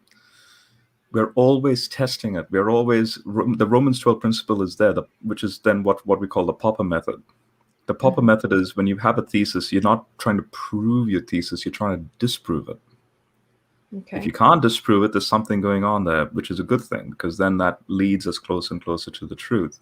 So the Romans 12 principle of renew the mind, this language of constantly testing, is in every field in the scientific world. And then when it comes down to then what's then established as a working model, if it didn't work, we wouldn't be using it. The GPS system is based on general relativity. General relativity established the age of the universe. The GPS system would not work if relativity wasn't working. Right. But there are certain things that are working and certain things that are just made up stories. And so when you're talking about, physics works. Yeah, totally. Chemistry, it works. Yeah, totally. Neither one of those have anything to do with, evolution as the anthropologists, suppose. And all you've got is a bunch of people who decided to go dig in the dirt in Africa and look for human ancestors. And, they were attempting to prove this idea of Darwinian evolution. So anthropology is a very soft science. It's full of guesswork, and it's full of people who are wanting to prove the idea. So I want to separate out what we're talking about when we're talking about the sciences. I'm all for, the models that work in chemistry, but I don't see any models working in, anthropology with regard to evolution. So well then this is why Mary Schweitzer, she's not the only one in this, but her field of research is then this new field called biochem that then connects to the paleontological data. Before her, there was obviously the realization that the whale was originally a land species that became the whale. And just by a manipulation of a certain gene, you have the nostril over a period of time, then going slowly back, and then going to the back, and hence the whale has its breathing nostril, on its back. We see this in the fossil evidence. We see that transition, that shift of its nostril going back like that over a period of time, and it fits not only with the geological. Because again, notice when he's saying physics, chemistry, and so on. Okay. Putting that aside for a moment, just physics, just geology, just chemistry, the world is 4.5 billion years old. We see ages take place with respect to the Earth. We see the universe, we see the moon is 4.4 billion years. We know how old the moon is. Well, then we see these species over a period of time work with not only the layering, I guess, of the Earth and so on, but with respect to the positions of which area of the planet that they're located in and so on. Because again, the model is showcasing it was this Pangea that split, and then you have speciation through that process and so on. Yeah, but again, the geology is also a lot of guesswork. And so, I don't accept that model, and I don't think it's a working model, with the ideas of the, layers corresponding to, these ages and such. So, Because you believe the flood did it all, right? Well, I don't know that the flood did it Okay. all, but I don't believe that each layer corresponds to millions of years just because some guy 200 years ago decided that's the way it was and drew a picture in a book. And that's really what happened. But but the thing is, are we all dependent on that some guy, or are we also dependent on not just looking at the Earth, but also looking at the dynamics of other exoplanets, the moon, when we take lunar rocks samples, when we bring them back, now that we've gone to Mars, we test for argon, and we can come to a date of 4.57 billion, just a little bit older than the Earth. And that actually, again, works with solar system dynamics, where you have an accretion disk around the sun. Mars is forming a lot earlier than Earth's formation. Jupiter is potentially the first to form. Just the solar system alone shows its age. It's not just some guy in the 1800s making up stuff. This is all careful, analytical, using mathematics as the foundation, using calculations in that sense. When we do. What is it that causes you said the argon dating, right? Mm-hmm. So potassium argon dating. So there's a lot of guesswork. I mean, there's a lot of assumptions made in radioisotope dating, and we have reasons to doubt its reliability. We don't know the starting conditions. We don't know whether the daughter element already existed within the thing. We don't know that the decay rates have always been the same. So, I couldn't say, okay, we may have, some idea that the Earth is 4.5 billion years old, maybe. Okay, but that's resting on the assumption that radioisotope dating works. But it doesn't show to work when we date rocks of known ages. So why are we assuming that it works with rocks of unknown ages? Okay. So is that the only evidence that the Earth is 4.5 billion years old? The key word here is unknown, or we don't know the constancy of the radioactive decay, right? Yes. Now notice. I actually don't agree. I don't disagree with that. Okay. Wow. Cool. Yeah, but wait, this is what's so ironic. I'm still maintaining old because that word unknown, or we don't know that it will be constant, is a quantum mechanical statement. In quantum mechanics, there's an uncertainty principle with respect to when it will decay. So at the quantum level, we don't know. But at the macro, there is always after the half-life is, depending on what it is so many years, and then bam, half of it then decays. Yeah. You can't then extrapolate the quantum mechanical effects out into the macroscopic. The fact is, uranium to lead takes about 4.23 billion years, right? The fact that we even have lead means 4 billion years have transpired. The fact that we have volcanoes, is due to the decay of uranium, potassium, and thorium in the Earth's core. Why do you know that no lead was already present?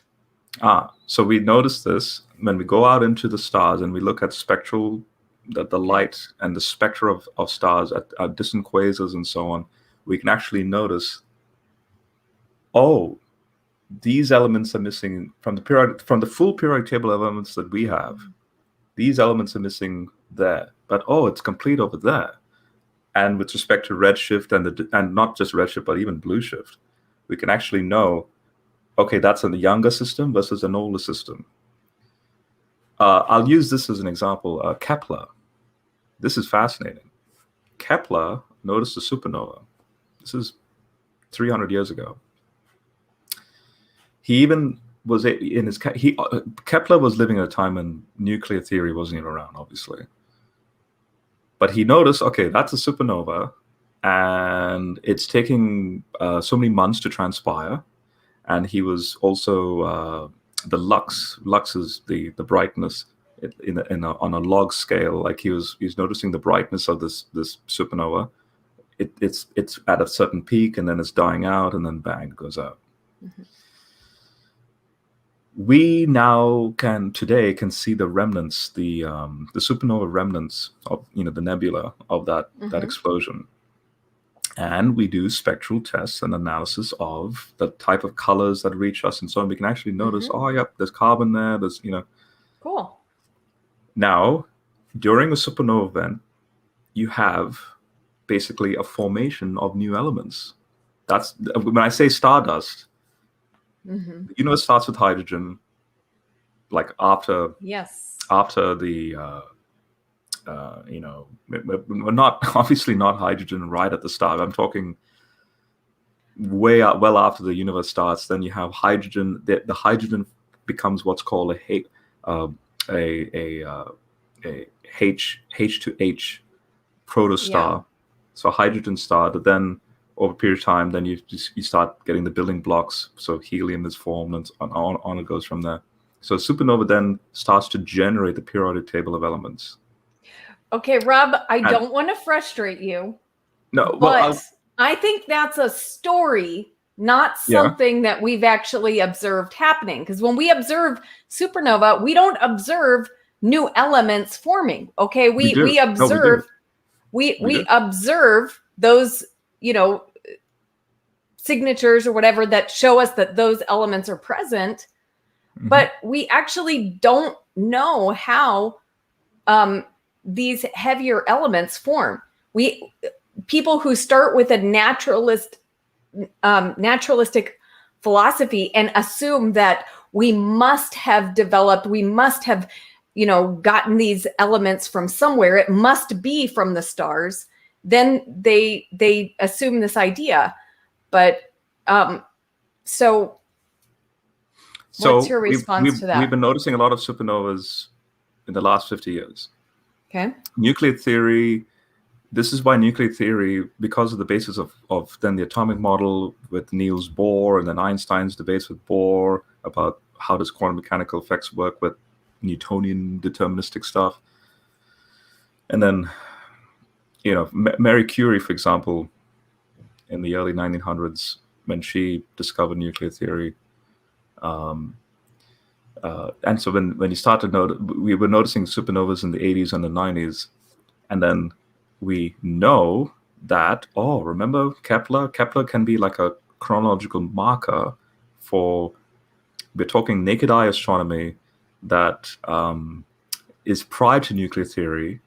And in the current supernovas that's going on, we see this bright object, and then after a certain amount of time, then it dims away. We can then, just like what we do with the sun, absorption spectra, absorption lines and emission lines and so on, we know what the sun is composed of. Oh, look, yep, we're noticing that from nothing, elements are forming in the moment while the supernova is taking place. Because a sun or a star doesn't have the elements prior to the supernova. It's during the supernova that these elements are forming.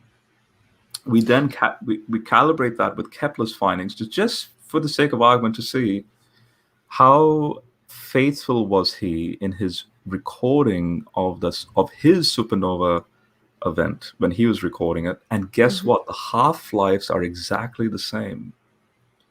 Because in other words, when he says it reached a certain peak brightness and so on, for example, iron is the highest activation energy required to form. That is the highest activation energy in the periodic table element. Iron starts to form in those moments. And it correlates with the timing, because now we are working with precision now, much more precise than Kepler. Kepler was right. Just at that peak, boom, this particular spectral measurements taking place, and boom, that element's forming. And then it takes a long period of time then for a lot of supernovas to transpire, for then there to be rocky planets, exoplanets, you and I to have hence the stardust that we have, which is basically the periodic table of elements, So it's all a working theory and model that complements not just early observations and kind of like people just wondering what the heck's going on. All I'm going to do is just record it. And now with the onset of nuclear theory, which actually works, because why? Things like Hiroshima happened, right? Your smoke alarm works with nuclear theory. When smoke hits, radiometric decay rates happen with the smoke alarm. Okay, so when you said about parent-daughter assumptions, Yes. remember ago when I said about the whole quantum mechanical thing? Yes. There's a way to get around that. It's called the Rubidium Strontium Isochron dating method. Okay. In Rubidium and Strontium, this is where it gets fascinating.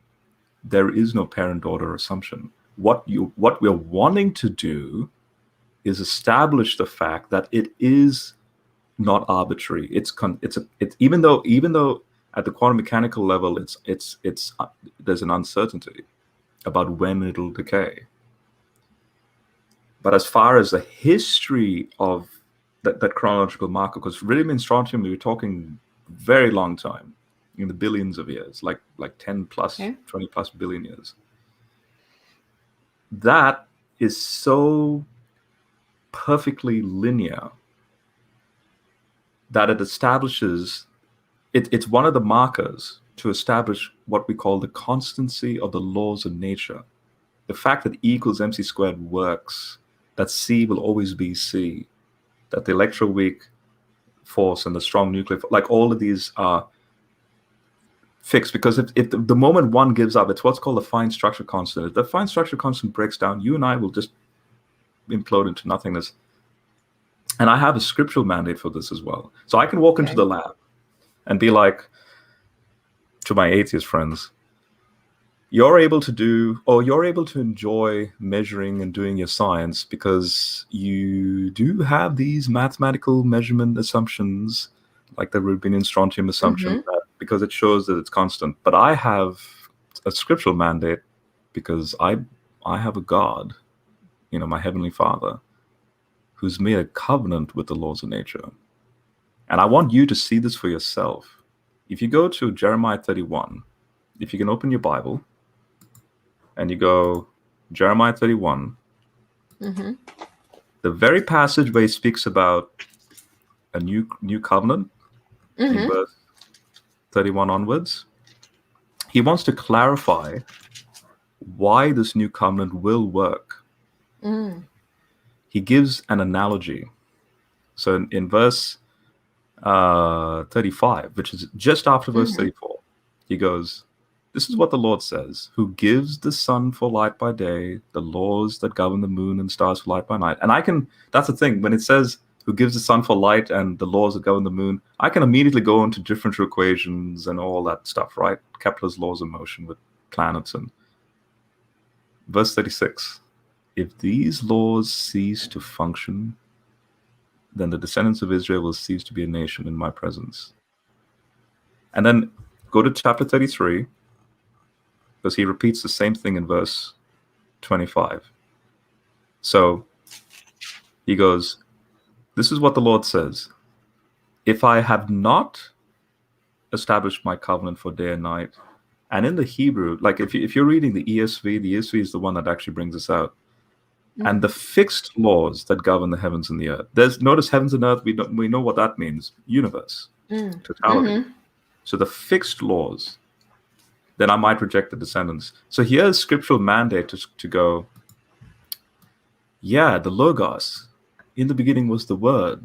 What does the Word mean? Logic, rationality. God is not the author of confusion.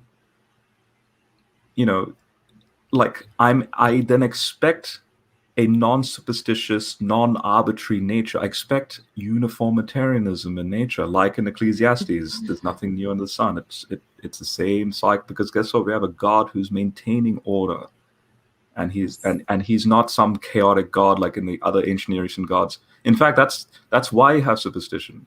If some arbitrary thing happens in nature, immediately they start wondering, oh, maybe the gods are fighting.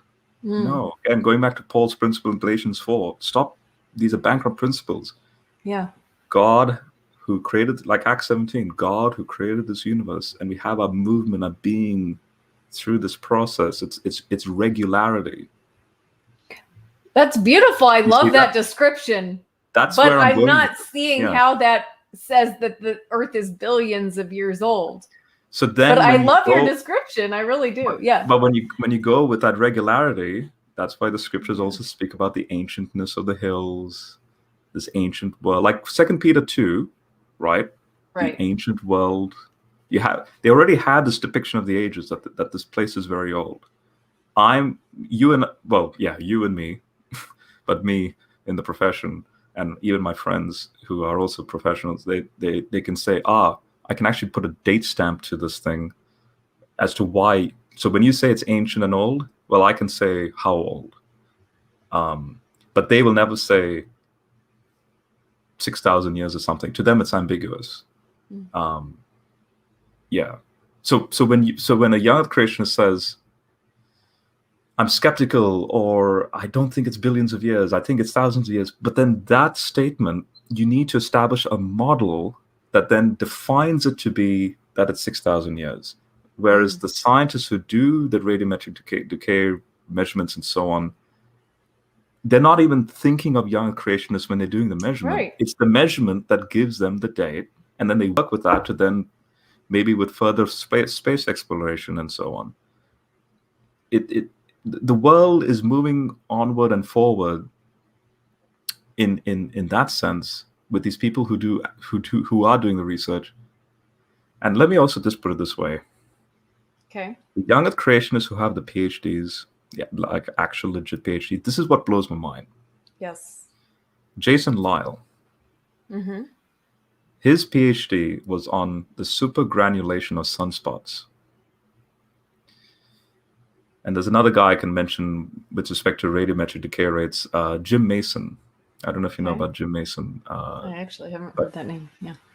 But if someone out there, you type in Jim Mason creations, he's given a lot of lectures on that he doesn't trust the radiometric decay rates. Okay. You know what I find really interesting? Jim Mason's PhD thesis was exactly on what I just said, rubidium, strontium, isochron dating. Okay. Jason Lyle was with respect to sunspots. What I find curious is that when you read, and I have the PDFs of their works scanned and all that. Wow. Awesome, yeah. Robert. That's wow.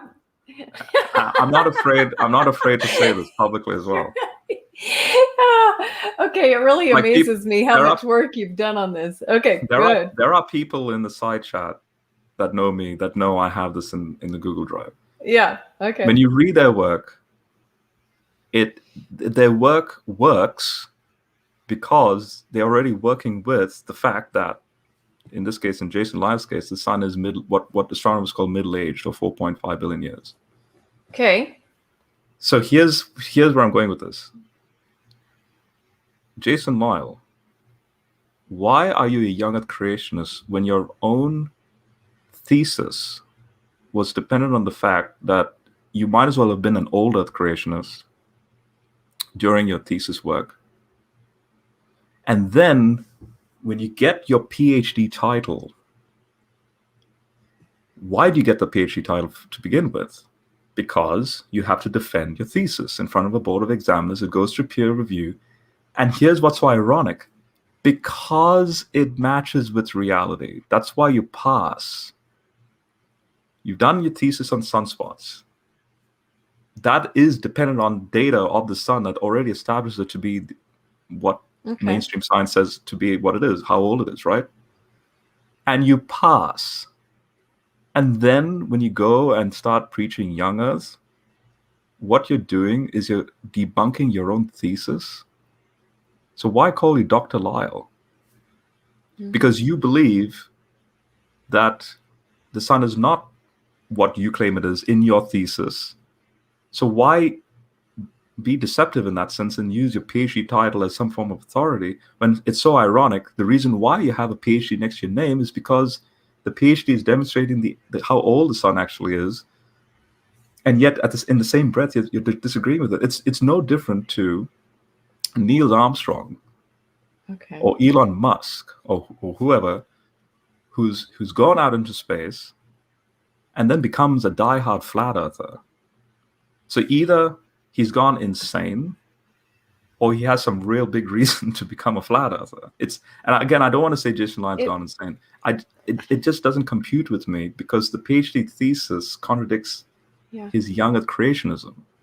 Okay, well, I can't answer that for, Jason Lyle, but what about all the other, people who believe in young Earth that have PhDs and that are, if you go on Is Genesis History, Dr. Snelling is on there. There's, there's lots of, Steve Austin is on there. So what about all these guys? I mean, are you just, saying that, hey, what's your thought? So, yeah, all I'm saying is the ones who I know have legitimate PhD. Ken Hovind doesn't have a legitimate PhD. Even he's I didn't bring up Kent Hovind, but I'm talking about Andrew, the people who are actually scientists working in the field. Right. And I also want to bring up those who don't take a young Earth perspective, but who don't believe in evolution, who are very well-respected scientists and have done a lot of work in the field. So, I mean, do you dismiss all of their work? No. All I'm saying is so evolution is still a different topic with respect to the age of the universe. Yeah, absolutely. So evolution is actually, if you think about it, is going now into a niche biological paleontological field of species, not so much the physical parameters of this universe. And it's ironic. This may sound like a bold claim, but it's not a bold claim. It's a very honest, straightforward claim. Every PhD candidate, legitimate PhD candidate, who's done actual PhD work that is in the so-called creation CMI or Answers in Genesis, that PhD work demonstrates an old Earth, not a young Earth. There is no single young Earth PhD. Think about that for a moment. Just like there's no single flat Earth PhD. It's always always aided and accumulated with respect to what's already in mainstream science. So you will have, I wouldn't be surprised if you had Andrew Snelling or Jason Lyle, and I've seen this on ResearchGate and other areas. Like my uni library has the H index. You can actually see how many citations and so on. Yeah, their works are sometimes used, not extensively, but sometimes used. And I hate to say this, the universities that they worked at, that they did their PhD research with, because their private beliefs, which obviously is not their PhD thesis, but because they did what they did, so they did actual PhD work, and then they become these international figures. It's actually then made it harder for Christians to get into these PhD programs, because the universities think that Christians are deceptive. And that is very unfortunate. That's very sad. Because notice how then the devil works in that. Universities are Christian organizations originally. You're allowing non-Christian secular people to take hold, removing God and so on, and you're giving them ammunition by behaving like this. But Robert, are you sure that is the reason, or is it because they're afraid that of people who will not go along with the evolutionary model? Like, are they afraid of the evolutionary model being challenged? Because you've said that people, hey, we're trying to disprove, we want to, if our theory is wrong, we want to disprove it. But what seems to be the case is that academia is so just full of people who will not tolerate any idea that doesn't correspond with that does not go along with the evolutionary model. So let me tell you this. I'm telling this to you as a friend as well, and also as a brother. That is a conspiracy theory. Yes, there are people in this world that have an axe to grind, who hate God and all that stuff. Yes, and you see this more in the arts department and in the science department. But yes, there's that you'll find this woke culture now, and the agenda driven sort of like trying to dump down morals and God and all that stuff. It's no longer that classical reverence that used to be for God, right? Prayer used to be a thing, that sort of thing. But let me tell you that in the scientific department, putting aside the humanities and the arts, there's a lot of respect. There's a lot of scientists that are faithful evangelical Christians who are obviously not young creationists. Mm-hmm. And they are well respected. For example, Francis Collins. He's like highly respected. So, and guess what? It's people like Francis Collins that are the ones that, for the sake of the scientific endeavor, are the ones putting these harsh rules with respect to who can come into the PhD program or not. There's nothing about, and I'm being frank here, there's no, I'm afraid that they will reject evolution, or, I'm trying to force evolution onto Christians so that they can leave the faith. There's none of that. When Mary Schweitzer is doing her work, she wasn't victimized for her faith, by her peers. She would be victimized as far as, or not victimized, more like examined or tested quite vigorously, hence peer review. That's the whole peer review process, with respect to her work. But that's what scientists want with each other. Hey, I've just come up with something, please debunk it. But that's the thing is, I watched a lecture with her where she wasn't afraid of being rejected for her faith. She was actually afraid of being rejected for her results. She was afraid. Rejected by who? By the scientific community, because of the results that she found in, with her dinosaur bones. She was afraid. Sure. If you go on SFT, he's got, that one of her lectures on there, where, she said she was terrified. She wasn't terrified of people rejecting her for her faith. She was terrified because her results did not match up with the model. Yeah. And the reason why she's afraid is because she has data that they don't have. Again, think, for example, Einstein. I can use this as a perfect example with respect to Einstein and Hubble with the redshift. So when there was this emergence of a possibility that the universe had a start, there were scientists, not all, a few. I'm not saying all are saints and God-fearing. There are a few that do have an agenda. Where there's a particular, I forget his name now, but it's an actual quote in scientific history. Like basically there was this big conference. They're discussing the implications of relativity and the Big Bang and all that. This is before Hubble. And he goes, I'm sort of paraphrasing, but basically he's meaning, since I hate God, I don't want this to be true. Because Big Bang, by implication, means start, creation, Genesis. Einstein, when he did his so-called fudge factor, when he fudged his theory, it wasn't in light of that. It was more because we don't have evidence for expansion. It's just a little tweak of the equation to then have what's known as like a static universe. Hubble comes in the way. And there's a picture of Einstein actually looking through the telescope. Hubble going, here's the data, here's the results, you can actually see a linear expansion. Obviously now with more sensitive measurements, we can actually see an acceleration taking place. And guess what? That adds to the model. Why? Because this thing includes this thing called dark energy, dark matter, and all that stuff, which they didn't have. But Einstein goes, that was the biggest mistake in my life. The famous line where he's like, the biggest mistake I made.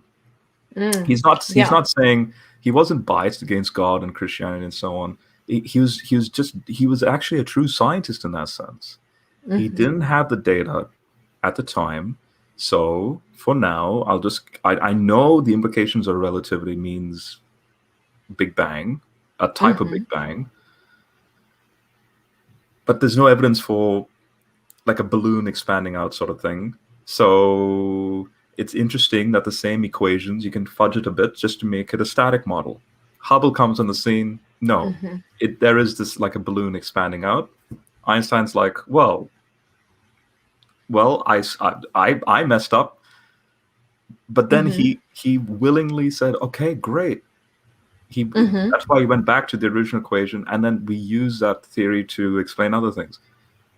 But yes, you do find here and there mavericks who are also very good scientists, but mavericks who have a personal, emotional, psychological agenda. It's not the science. It's not the science that dictates it. Don't forget, if God is the author of the book of nature, the truth wins regardless. Even when Satan quotes scripture to Jesus, even him quoting scripture is proving the sovereignty of Jesus. Thou shalt not test the Lord thy God. What does Jesus mean by that? Satan, I'm the Lord your God. You see, it's even when the devil tries to do something, he fails. Remember when we talk about God kept us as a secret? So by killing Jesus, he thought he'd win. Well, killing Jesus was his undoing. It's the same thing in the sciences. In the sciences, you do have agendas, but God's truth wins at the end of the day. God is vindicated and so on. So I believe in all these circumstances when you have Christians in the field. So Mary Schweitzer is a legit Christian. Hugh Ross, for example, is a legit Christian. Yeah. Now, they're doing actual work and giving God the glory through that. So when Andrew Snelling, Jason Lyle, Danny Faulkner, like when these guys, also Christian, and I don't want to deny their faith, just like I don't want to deny your faith. But this is going to sound a bit blunt. They're not in the field. When they get their PhD, they're not working scientists anymore. They may regurgitate their young Earth model of trying. In fact, they're doing what Einstein did. Just as Einstein fudged the equation to make it a static model, when actually it should not be fudged because it proves Big Bang. They're doing exactly that because they already have a young Earth bias. So they're fudging the data to try and make it fit into a young Earth model. Well, now, is there any data? Sorry, go ahead. Yeah, okay. No, I'm just, So, but again, to answer that question, there's zero data for young Earth. Zero. So why do you think when they test samples of coal and, diamonds, why are they finding carbon-14 in those samples?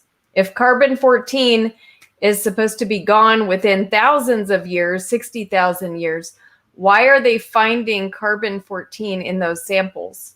Yeah, and it depends. You see, those claims are outdated claims.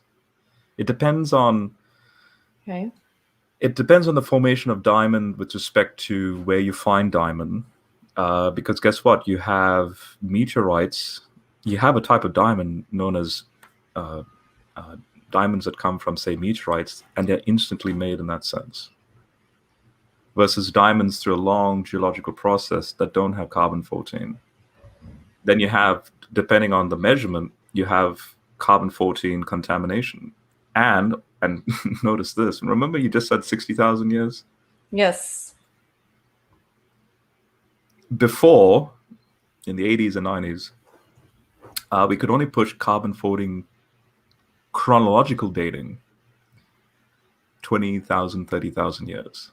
Now we can go even further, 60,000, which by definition is not 6,000 years, by the way. But right, and I'm fine with that. But what I'm saying is, if you find it in coal that is supposed to be millions of years old, and if you find it, which we do, we find carbon-14 in coal that's supposed to be millions of years old, and in dinosaur bones that are supposed to be millions of years old. So do you dismiss their data? No, it depends. Again, there's so many. there's so many it's so easy to contaminate. When you have an isolated measurement, you will not find that type of measurement result. So what I'm saying is these claims are from the 80s and 90s. You won't find papers published in the last, say, 15 years that argue for, we're finding carbon-14 in samples that should be hundreds of thousands of, like the ice core samples. Yeah. There's no carbon-14. You have 800,000 years worth of ice core. You can actually calibrate Earth's orbits around the sun and its rotation rates with respect to volcanism, because you have silt and all sorts of like volcanic ash that distribute around the globe, and you can calibrate with respect to the layering. We know the ancientness of Earth's atmosphere. What I was going to say about the 60,000 years thing, though, is because of nuclear tests that's transpired since World War II. You know, when they went into the Pacific Ocean, they was doing all this nuclear testing. Yeah. The reason why we were getting 20,000 and 30,000 year old limits is because we didn't know this at the time, but those nuclear tests were contaminating or basically becoming a noise that disrupted the measurement, the proper measurements of, or how far back we could push the dating method. Mm-hmm. Now, in hindsight of nuclear tests, and this is so ironic, in hindsight of that, we can calibrate it then. That's why you can push carbon-14 to 12 ratio dating to 60,000 years now, which means we can even go back even further back. Okay, Standing for Truth is chiming in here. We find C14 in coal, fossilized wood, diamonds, dinosaur bones, and contamination that has been thoroughly looked into. And contamination doesn't work as a rescue device. The samples are subjected to harsh treatments. No, there's zero papers to show that this claim then results in the fact that the method is wrong and that we can't rely on these things. I already established the fact that potassium argon on Mars, uranium lead with respect to the moon, looking at spectra of starlight and so on. Let me also say this: there are also missing elements, or missing isotopes, I should say, in Earth's crust that by definition means that the Earth is already at least 300,000 years old. So, for example, let me bring up, I'll give you a list over here. And I want to touch the dinosaur question, by the way. I know, and you know what? Actually, this conversation, we got off on the young Earth stuff, and we actually have not talked that much about evolution. But I mean, it's a really interesting conversation. But I do think we should kind of like wrap up this part of it, because I mean, we could go off on a tangent with ice cores. We could go off on a tangent with a lot of these different things, but you know, I do want to get back to the dinosaur question. Yeah. But Standing for Truth says it's more than noise. It's 100 times above the detectable limit, and samples are subjected to harsh treatments, and the samples are blank before testing. Okay. So I'm gonna read this out, and let me know what you think about this. All right. So the end product of uranium-238 decay, half-life of 4.4 billion years, is lead-206. For uranium-235, the half-life is about 0.7 billion years, and the end product is lead-207. And for thorium-232, which is a half-life of 14 billion years, it's lead-208. Therefore, any sample that contains these uranium to thorium isotopes and the 3 different lead isotope end products gives an investigator 3 independent tools for determining its age.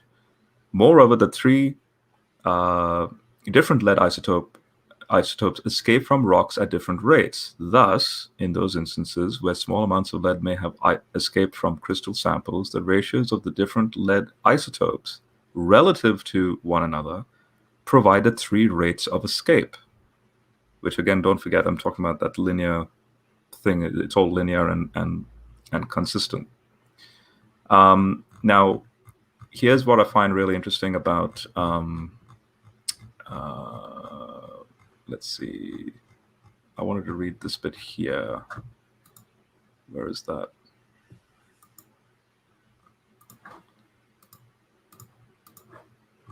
One second.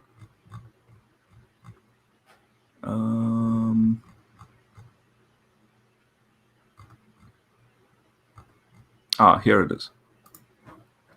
So why the radiometric clock works. So plutonium-239, for example, decays into helium-4 and uranium-235. If we start with 10,000 plutonium-239 atoms and wait 24,000 years, we'll only have 5,000 left. And then on it goes, right? And then, so therefore, after 15 half-lives, which is around 361,000 years, the entire sample of 10,000 plutonium-239 atoms will have decayed into lighter elements. Now, here's the point. The lack of naturally occurring plutonium-239, because guess what? 15 half-lives later, which is 361,000 years, all the plutonium-239 is gone into lighter elements. So the lack of naturally occurring 239 anywhere in Earth's crust is one reason geologists and geophysicists are convinced Earth must be older than 361,000 years. And then it continues to say, well, actually, let's keep going on with that. Earth's crust is devoid of all short-lived radionuclides, which is short half-life radioactive isotopes, except for the few that result from the decay of long-lived radionuclides or from local or cosmic radiation. So in other words, that uranium-lead, which is 4.4 billion years, you have offshoots that give off those short-term radionuclides. But then the author says, geologists and geophysicists find no Neptunium-237, which is 2 million years, no aluminum 26, which is 720,000 years, no calcium-41, which is 103,000 years, no iodine-129, which is 17 million years, no technetium-98, which is 4.2 billion years, no plutonium-244, which is 82 million years. And so then it's like, look, the lack of these isotopes in Earth, on the sun, or in meteorites persuades scientists that Earth and the solar system must be older than at least 1 billion years. Mm-hmm. So the most accurate date to date, which was a 2007 paper, I think, but basically they came to the precise date that the Earth is 4.5662 billion years old. And you have to work with that. Okay, SFT wants to know why you didn't address the carbon-14. And maybe, SFT has a lot to say here, so maybe I need to have SFT on in a separate one. And he can get the full say. But he said that you didn't address the carbon-14 things. You changed and went to the uranium, which is fine. Actually, this whole thing is kind of a branch far away from where we started, which was with dinosaurs. But I'll let you respond to SFT, and then maybe we can get back to the Hebrew. So with respect to the carbon-14, you need to show me a paper we're talking a paper in the last, say, 5 years, 5 or 10 years, where scientists who are old Earth acknowledge that there's a legitimate problem with respect to carbon-14 and radiometric decay rates and measurements generally. This would cause a legit problem, because I've read the literature, and there's no issue between carbon-14 to 12 with respect to the other radiometric decay rates and the measurements with respect to that. The fact that we are having, as this author think about it, just as this author has just said, the lack of plutonium with respect to the 15 half-lives means 360,000 years have transpired. So the Earth at least is 360,000 years old. How does that work then with respect to the carbon-14 to 12 sampling and so on? That sounds like it's a problem for the model. And I can't say, I can't give a definitive answer about how to make sense of those data points. But one of the problems is that you're saying, show me a paper with someone who believes in old Earth, okay, saying there's a problem with the carbon-14. And the problem with that is they're not going to look at that. They don't want to look at that. They don't want there to be a problem with carbon-14 because that messes with the model. So the only people who are actually testing this are the young Earth creationists who admittedly, they have an agenda, right? The young Earth creationists have an agenda. They want to prove the Earth is young. But, there is an agenda in avoiding looking at evidences that don't fit with the model. And so you're not going to find this type of thing being accepted in for a paper peer review. And like you mentioned, a lot of these scientists are not working in the field now. And, one of the reasons is that once you admit what your beliefs are, and once you admit that, you aren't working with the evolutionary model, then you're ostracized in the community. Nobody wants to give you a research project, right? Because you're not going to be doing the research that they want you to do. They want you to find evidence that establishes and continues with the model. They don't want to give you money to go and debunk what they're... But again, notice your mind is immediately thinking it's a conspiracy, and these are non-Christians. No, I'm not assuming they're not Christian. I'm just assuming, like I assume with you. Actually, I'm not assuming with you, Robert. You specifically told me that you never questioned the evolutionary model. And so there's a problem with that. I want to clarify. I do. When I say I didn't question, what I'm saying is that doesn't mean I never question it. Just like I never question, as if I never question anything. It's the Popper method. There's always something new to discover and so on, and then it adds. It's data accumulation. When I said that, I was talking in the context of here's already an established perspective of reality. Yeah. Which obviously the ancients deny, but I'm in the 21st century. I'm a human being in the 21st century. Right. I'm coming into the faith. And how does the faith work? And then I'm obviously I'm not trying to now notice, which is something the young Earth creationists as well as non-young Earth creationists try and do, like the theistic evolutionists that have a bias for evolution, and so then they're lazy when it comes to the Adam and Eve question, right? They're like, oh yeah, it's mythical. Same thing with the young creationists. They already have this bias, and they try and fit the science with that bias. So when I'm coming to the Bible, I wasn't trying to fit the Bible with science. I already have the evolution, all that in mind. I'm coming to the Bible just to see what it is. Everything I explained with respect to ancient Near Eastern perspective, as well as now teasing out, okay, that's all well and good, but how is there a legit application in a concordant sense? Just like the prophecies of Jesus is not about Jesus. Isaiah 53 is about Zerubbabel, not Jesus. But then the New Testament authors concorded with Jesus, and it's like, oh, now we are seeing it in a more fuller, fleshed out way.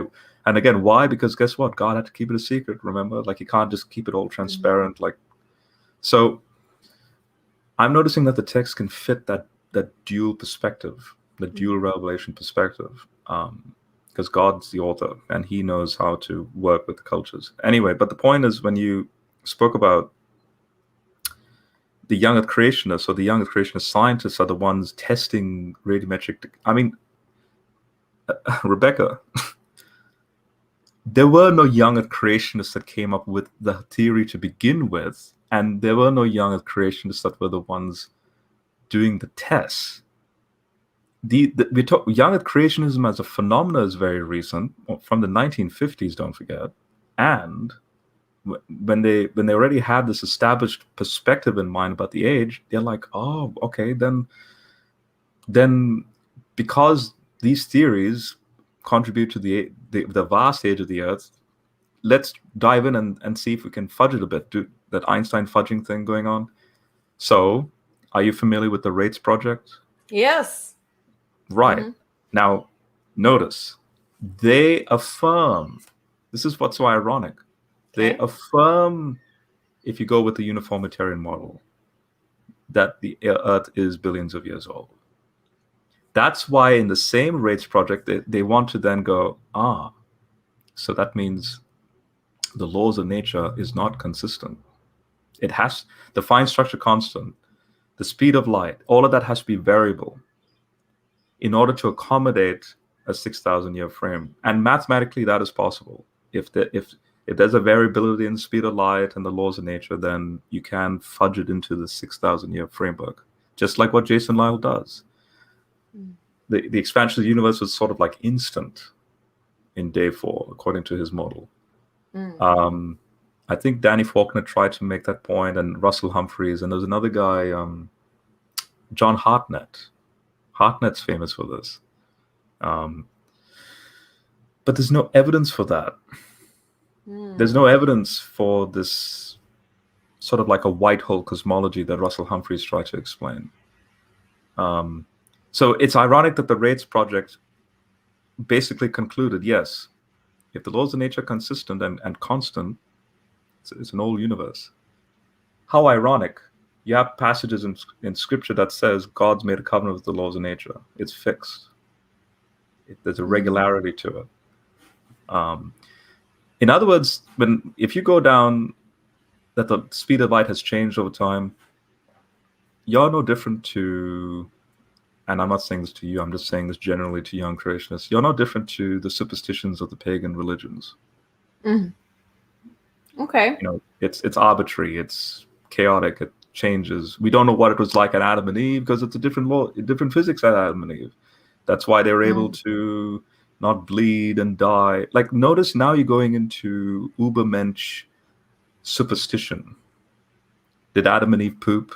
No. So isn't it superstition also, though, to think that organisms arose out of a chemical sludge and formed themselves into complex complex beings, and then that they like slowly changed and progressed and got more magnificent over time? I mean, this is like the ultimate mythology here.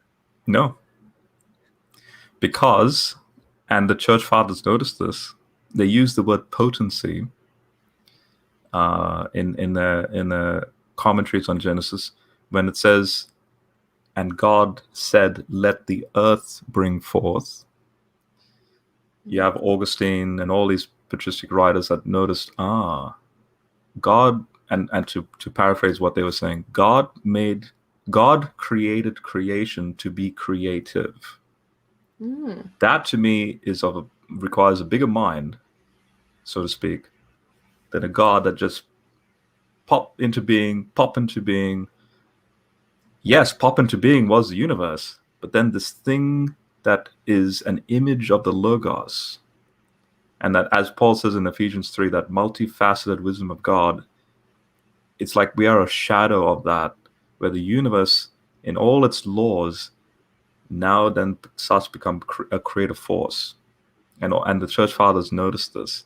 So then this actually ironically connects to the Tannin in the scripture. Okay, so tell me how. Connected to that. Did you know that Tannin actually, or Tannin, actually occurs in Genesis 1? In Where? verse 21. Let me look it up. Yeah. Go for it. Talk to me. So what does verse 20 say? All right.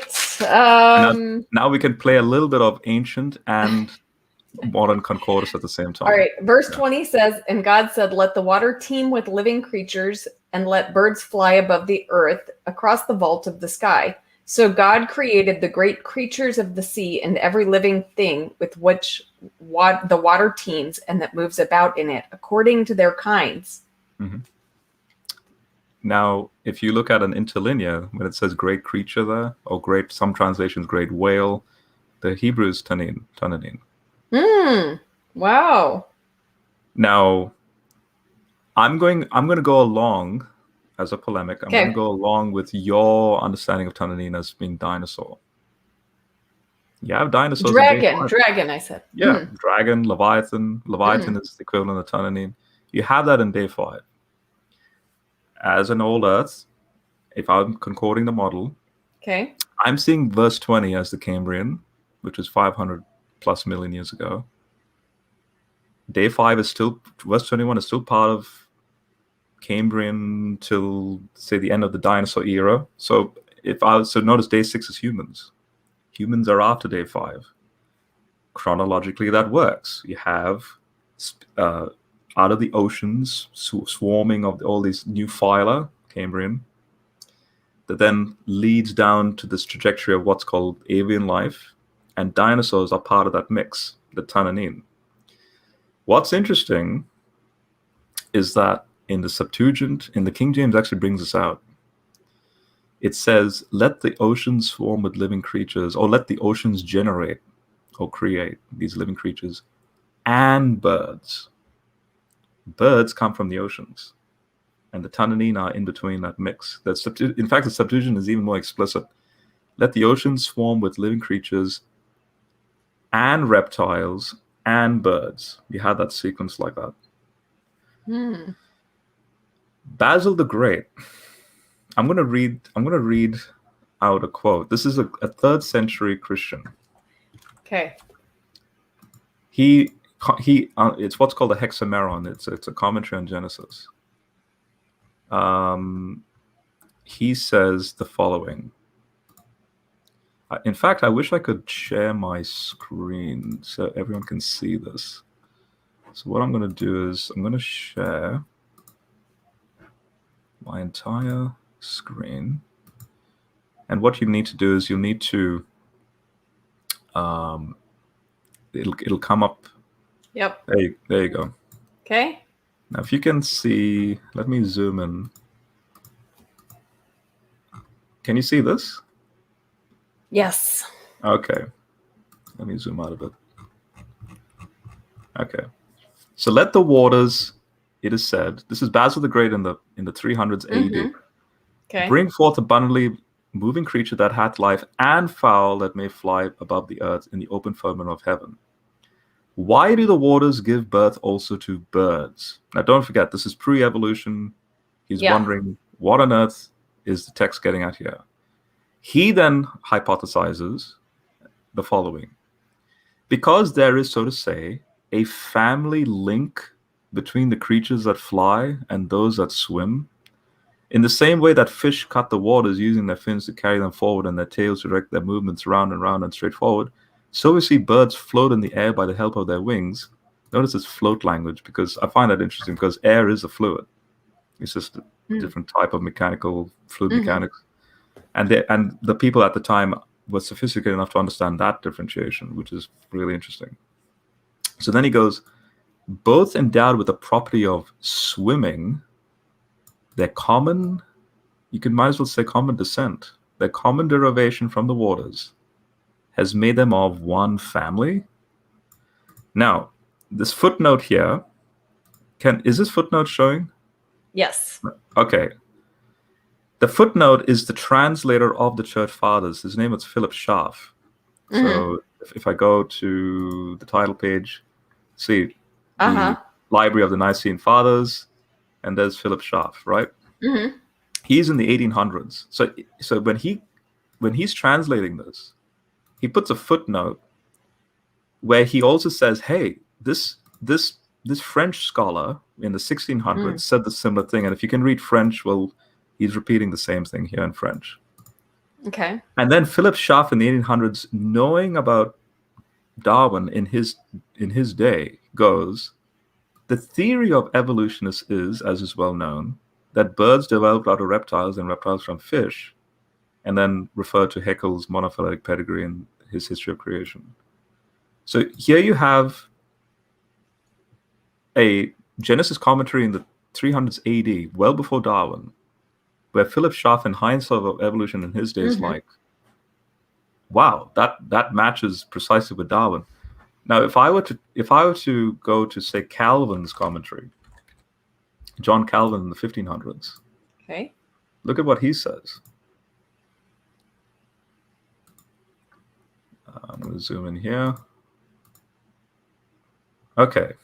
He says that there are atheists in his day that mock this because, again, it's pre-evolution. Where's the logic that birds come from the ocean? So he goes, this is Calvin. On the fifth day, the birds and fishes are created. The blessing of God is added that they may of themselves produce offspring. Here's a different kind of propagation from that in herbs and trees.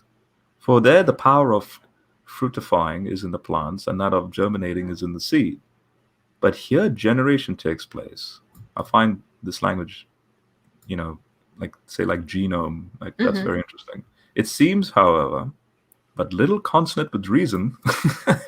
Notice this, a moment ago, remember you just said, this seems a bit out of reason, the evolutionary framework. But he's admitting this. It's like, look, it seems a little consonant with reason that he declares birds have proceeded from the waters, and therefore this is seized upon by captious men as an occasion of calamity. Although there should appear no other reason but that it so pleased God, would it not be becoming in us to acquiesce in his judgment? Why should it not be lawful for him who created the world out of nothing to bring forth the birds out of water?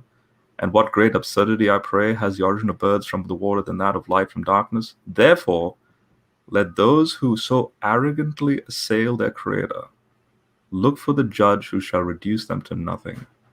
So he's acknowledging, let God be God. If that's the way things happen, that's what happened. And he's saying this in the 1500s.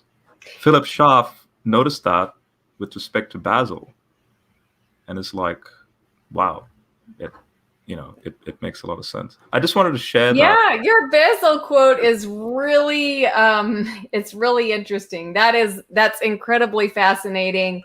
And Robert, you've done so much work on this. Like I'm very impressed by the amount of work. And I'm like I won't join with Calvin on many things, but I will join with him on saying, who can arrogantly speak about what the Creator has done.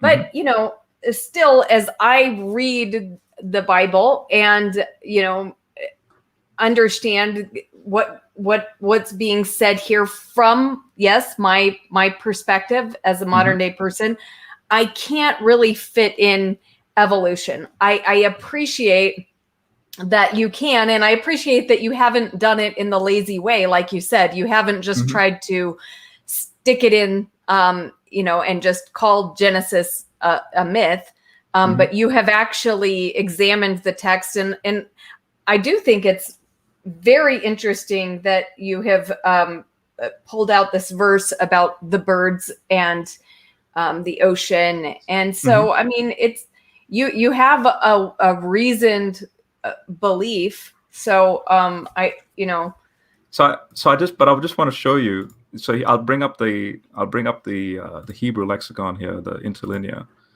So here's the interlinear to show the Tannanim, to connect it back to dinosaurs again. Yeah. So here's your let the oceans form. There's the birds with respect to the waters as well. And here's Tannanim. Now, when you then do a word search with respect to Tannanim, the equivalent is, if you go to Psalm 104, which is David's paraphrase of Genesis 1. So I'll zoom over here. And by the way, I was just going to show you the Talmud. So Jews in that Second Temple period and also a little bit after Christianity. Okay. This is in the Jewish commentaries, where they're like, with respect to verse 20, they're like, look, isn't it interesting that it says that the fowls and the fish, they seem to come from maybe marshy ground or something, like earth and water. And then in the second instance, Rav Samuel says, observe in proof of the last fact that fowls have scales on their legs similar to those of fish. So they're noticing that there's a similarity between birds and fish purely because of the scripture, not because of science.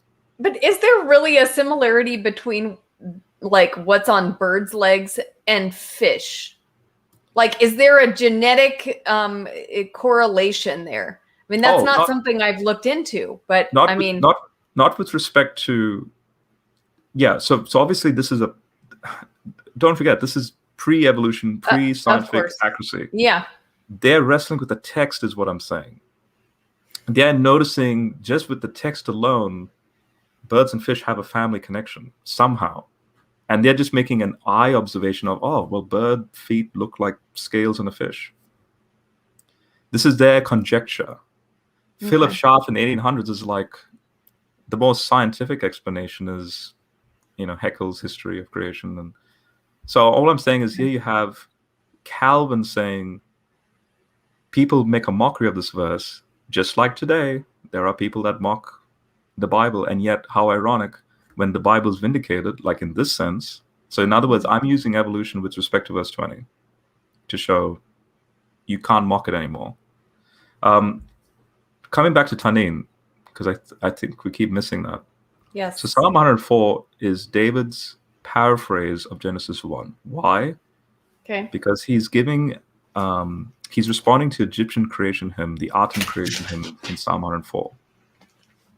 And he goes through the creation account more or less chronologically.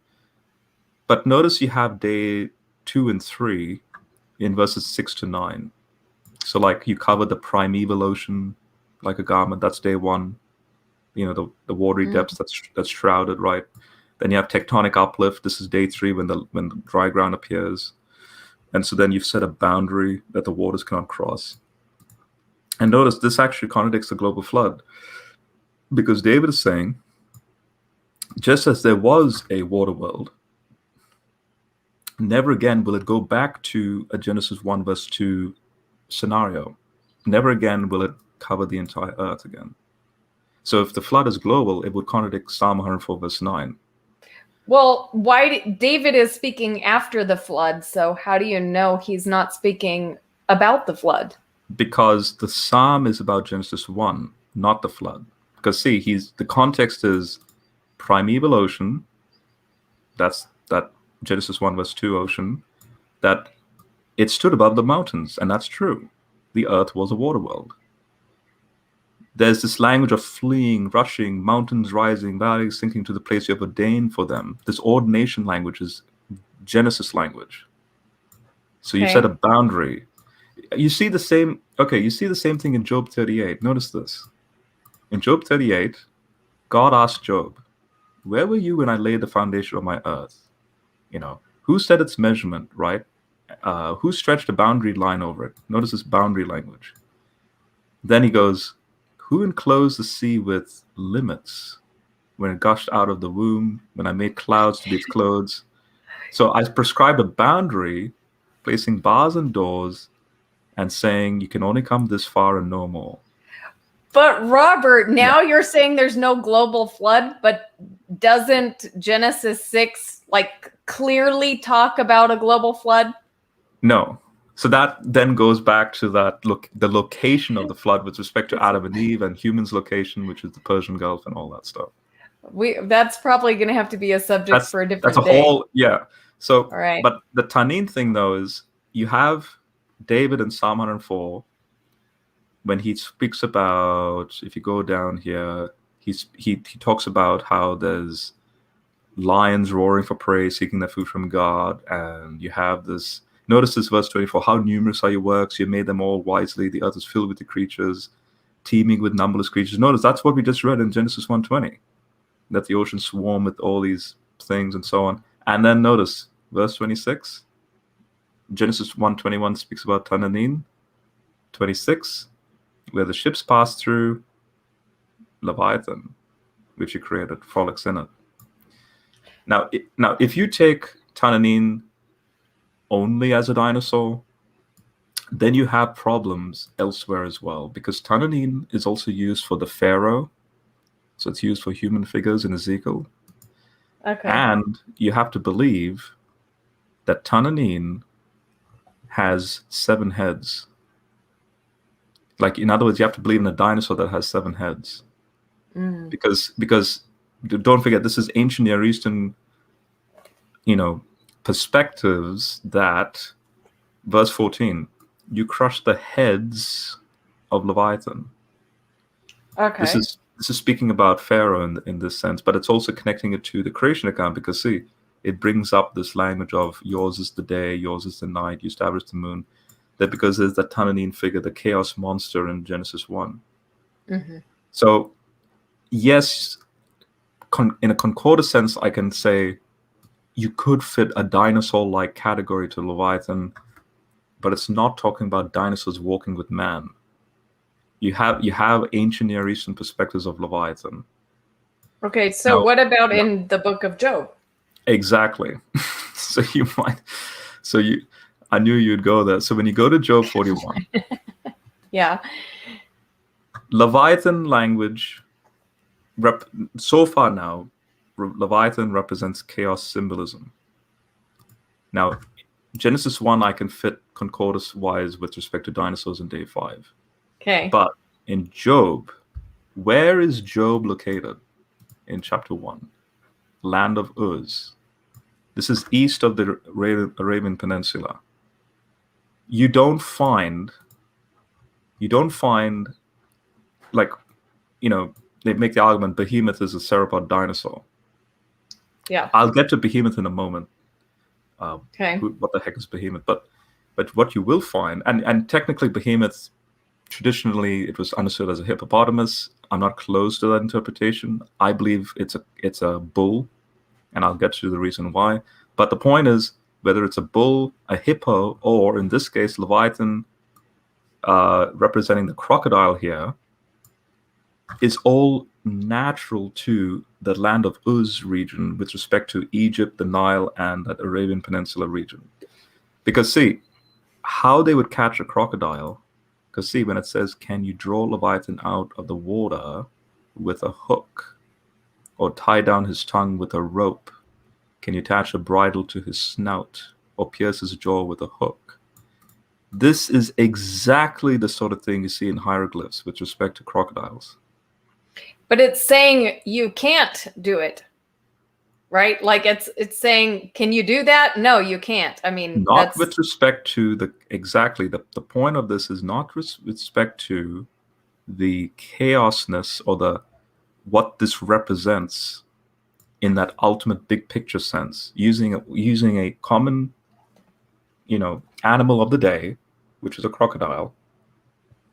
And because how we know? Because these are very natural crocodile-like things done to a crocodile if you're to capture it. Can you do that? And then then the question is, who's this Leviathan-like figure? So he becomes larger than life, because then there's this language of, let's see here.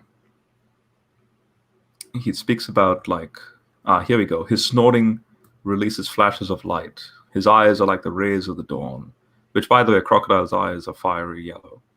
Flames blaze from his mouth. Streams of sparking fire fly out. Smoke billows from his nostrils. This is larger than life stuff. So let's go back to the behemoths to show this very thing. So you might be going, okay, what about his tail? So it says, observe behemoth, eats grass like an ox. That's imagery already very similar. His tail protrudes stiffly like cedar. Notice protrudes. What does protrude mean? Just the word out. English word protrude. Stick out. Now this is going to get graphic.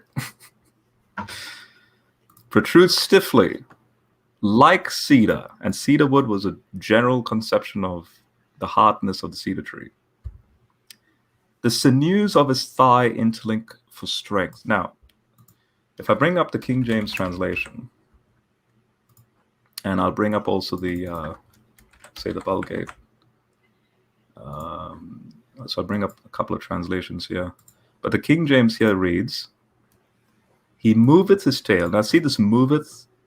Immediately you might be thinking, oh, he moves his tail, like a sauropod dinosaur, right? Mm-hmm. No, in the Hebrew, it's literally he protruding, and the strength of it is like cedar. So the question is, what is this tail then? The King James then says, the sinews of his stones are wrapped together. Now, bull imagery is known for their sexual prowess in the ancient Near East.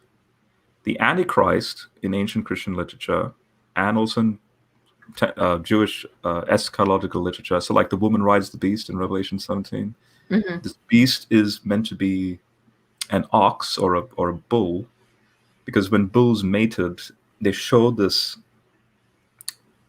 very aggressive sort of sexual thing about them when they were mating. And sure enough, it's a euphemism for its penis, that it's like cedar, and the sinews of its stones, that's the testicles. And how I know it's the testicles is because in the Latin Vulgate, you have in verse, I'm looking for it here. Here we go. Notice it has nerves, nervi, testiculorum. It's the nerves of its testicles. So the ancients knew that this is not a dinosaur. This is about a bull with a protruding penis and it has virality. It has a lot of strength, even in its sexual prowess. So how can you then connect this to be a dinosaur? Because no dinosaurs had external testicles. Well, wait a minute. What is the word for bull in Hebrew? Well, it's connected to the word ox, so I'll have to look up that word over here. But it's not behemoth. So, no, behemoth is connected to bull imagery. It is that. So let me show you.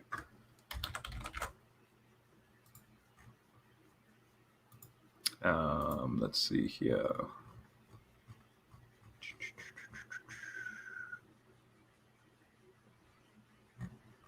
Oh wait, what verse was that?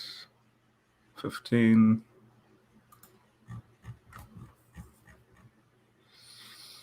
Okay, here it is.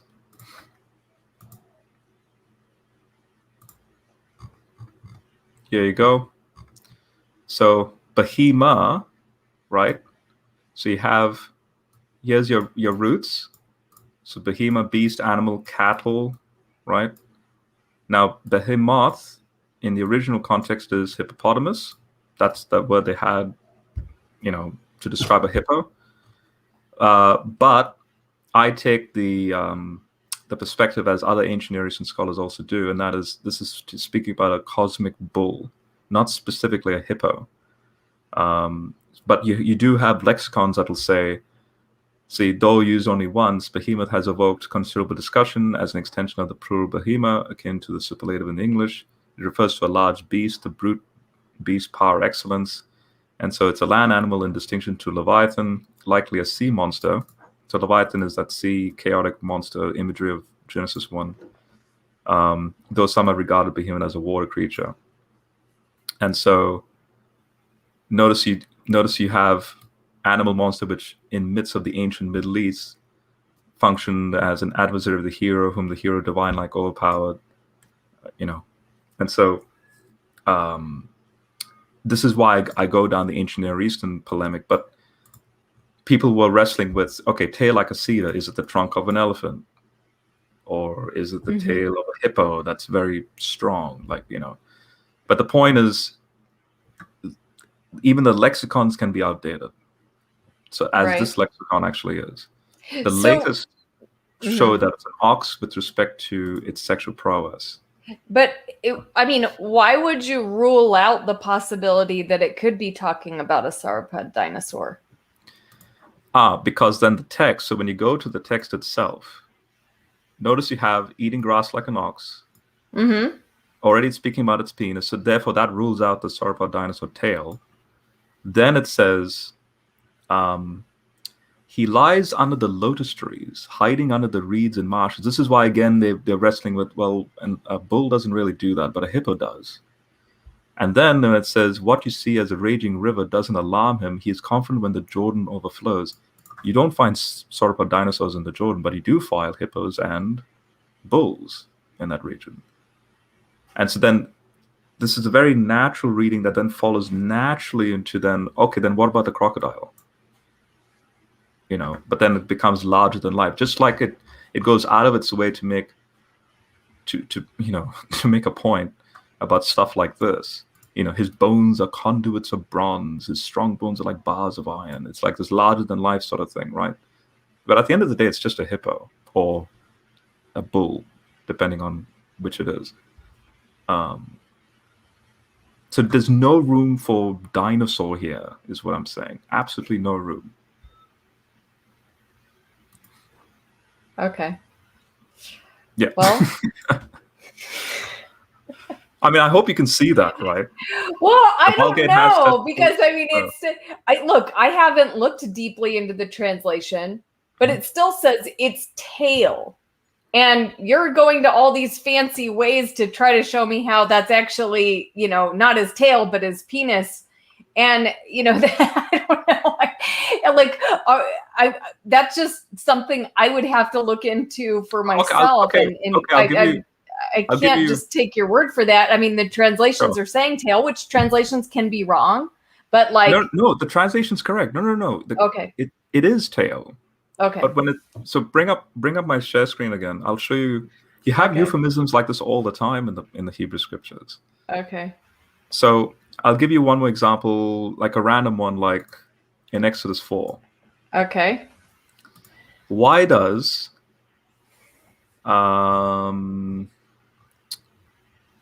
Zipporah, why does she circumcise Moses' son? And notice it says, later on at the lodging place along the way, the Lord met Moses and was about to kill him. Mm-hmm. Why? Zipporah took a flint knife, cut off her son's foreskin, and touched Moses' feet with it, saying while doing so, because you are bridegroom of blood to me. Then the Lord withdrew from him, and she said, bridegroom blood because of circumcision. Did she literally touch Moses' feet with? I don't know. Well, the feet here is a euphemism for Moses' penis. The Hebrew scholarship in the commentaries will point this out. Okay. Moses wasn't circumcised. Why? Because circumcision will result in him not being able to do what he did with respect to Pharaoh. But God required this thing with respect to covenant and all that stuff. So it kind of was like a proxy, like a substitute, and hence this imagery of like Jesus. Like you see this imagery later on in the church. There's all this substitution language. When the angels, notice it says, like in Isaiah 6, when it says it had 6 wings. Okay. With 2 he covered his face, with 2 he covered his feet, and with 2 he was flying. Mm-hmm. Why covering his feet? What the heck has feet got to do with God? Like why? Okay, I can understand covering face because you can't behold the Father and live, right? Only Jesus has beheld the Father's face, right? And obviously 2 is that symbolic action of, obviously, hovering, flying, whatever. Mm-hmm. But 2 covering his feet? Oh yeah, in Levitical law, you can't be naked in God's presence. So it's this language of covering the genitals. The feet is euphemism for genitals. So, but when we go to Behemoth, it doesn't say feet; it says tail. Right, and let's just be honest. Now that you're having a taste of, again, ancient cultural euphemism and way of expression. So when this translation specifically says his tail protrudes stiffly, again, I know your audience, this is sort of like R-rated here, but protruding stiffly like cedar, and the sinews of his, now this translation says thigh, but it's in the Hebrew and in the Vulgate, it's testicles, so stones, as the King James says. Okay. How can a tail protrude stiffly? Like, what tail does that? Okay. Well, notice the body description. See, look at the strength that he has in his loins. Where's the loins of an animal or a human being? Obviously, in the stomach region area, right? Yeah. And his muscles of his abdomen. In that region, his tail protrudes stiffly. His bones are conduits of bronze. Like, Okay. this is high Gotcha. sexual language. Yeah. Okay. Yeah. All right. Yeah. I should have put a warning, but No, it's fine. Yeah. I think it's still PG.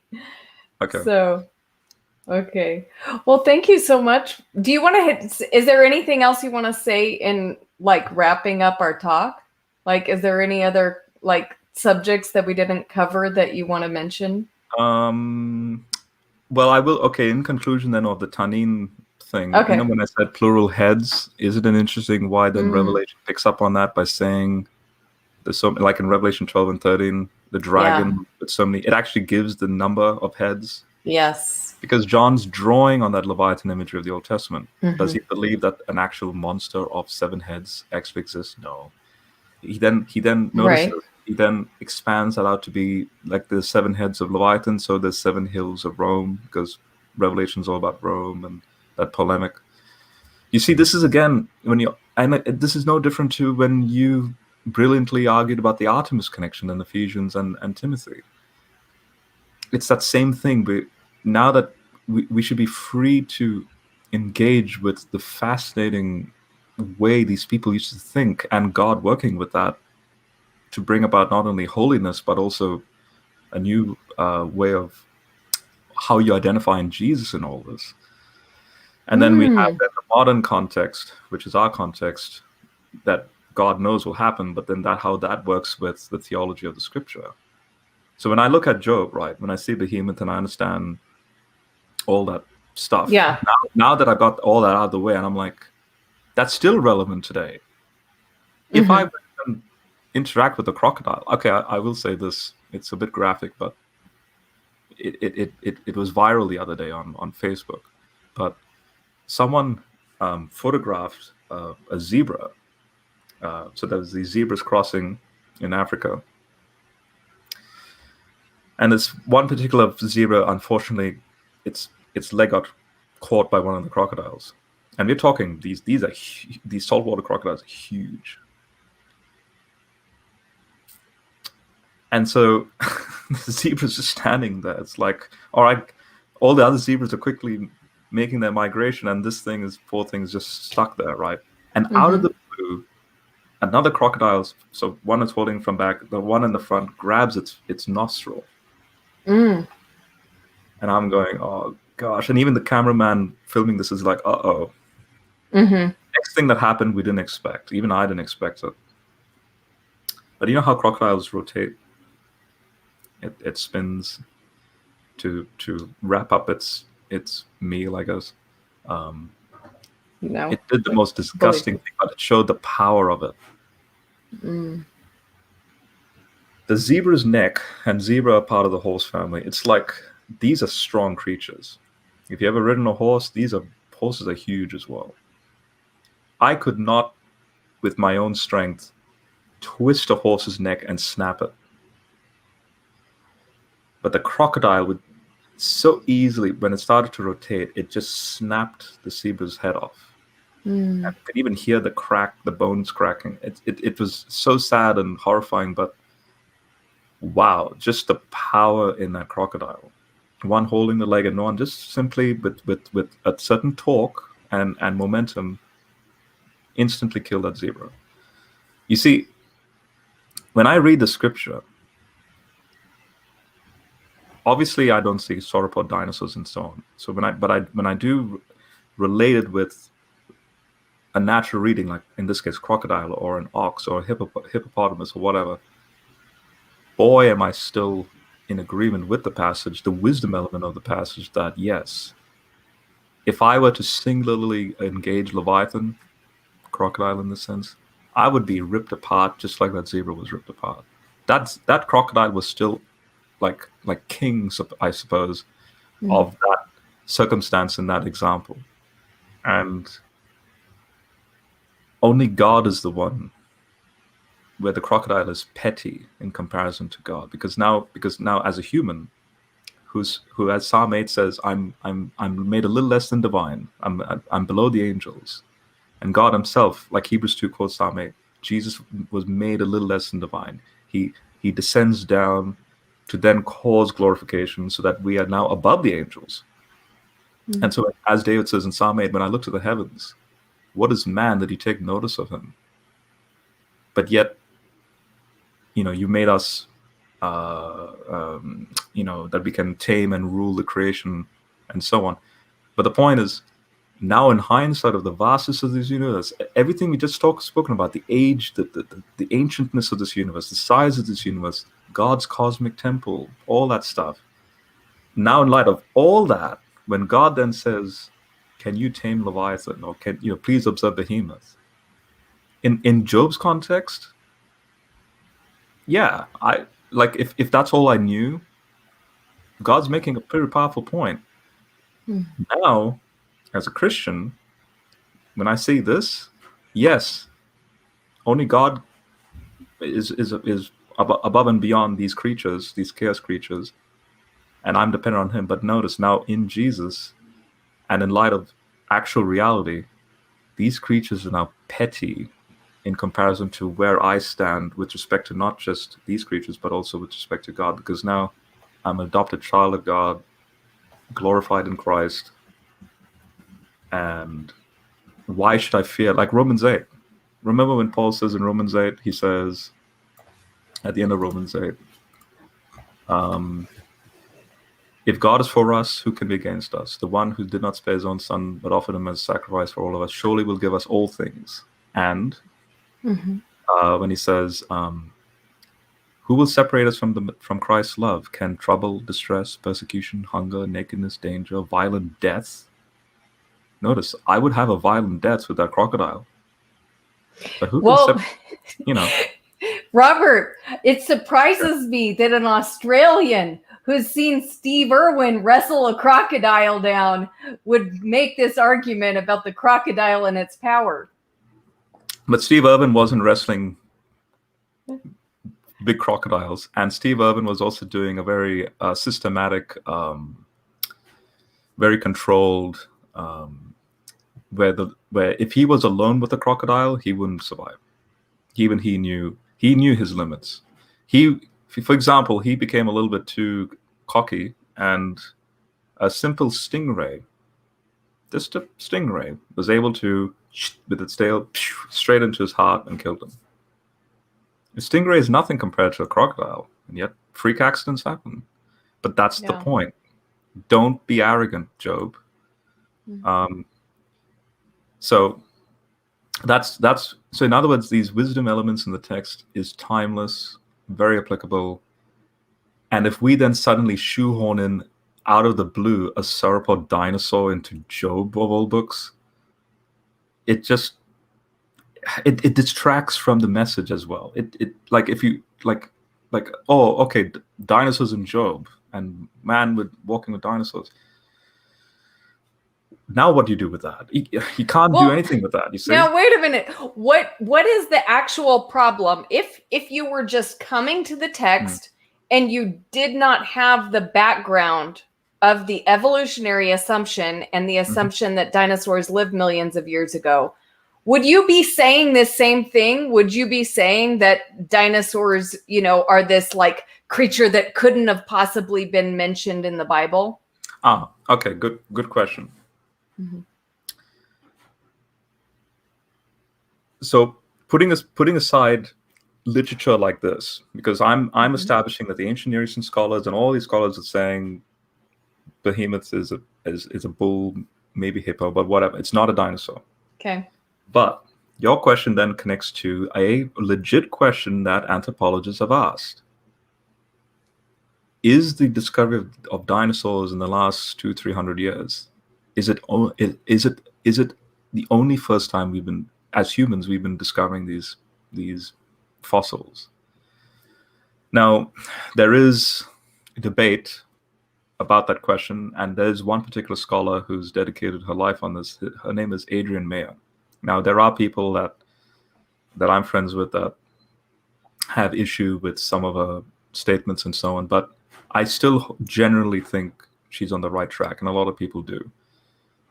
One of her books she released was called Ancient Fossil Hunters, which then leads to, interestingly enough, the reason why certain myths arise the way they do.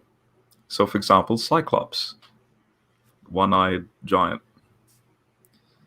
When they came across a mammoth skull, they didn't know it's a mammoth. They just came across a skull. And the mammoth skull has a huge gauging hole in the middle. But the skull looks very human, like a human skull. Oh, there must have been a giant human with a single eye socket. Hence Cyclops. So, would it be possible that if they did come across, fossils, hence this legends of dragons, big creatures, maybe Leviathan, Tananine, is that a possibility? And that is a very real possibility. Mm-hmm. But that then becomes because don't forget, these ancient humans are superstitious, so then they make relics out of this, just like the Cyclops analogy. So it's not quite my question. I'm saying, if you were not starting with evolutionary presupposition, if you were not starting with the idea that dinosaurs lived millions of years ago, mm-hmm. then would your approach to, understanding the biblical text and, the creatures mentioned in it, would you from the biblical text separate dinosaurs from the other creatures mentioned in the Bible?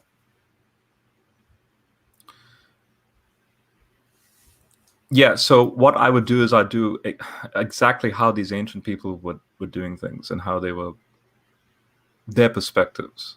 So mm-hmm. I just showed you an example of birds and fish and how they were wrestling with that. Mm-hmm.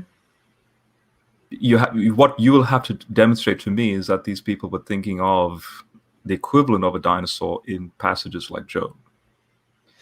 Well, I guess for me, like, even if, and I'm still not convinced that those passages in Job are not talking about dinosaurs. And I think that's why there's kind of a little trouble with the translation there.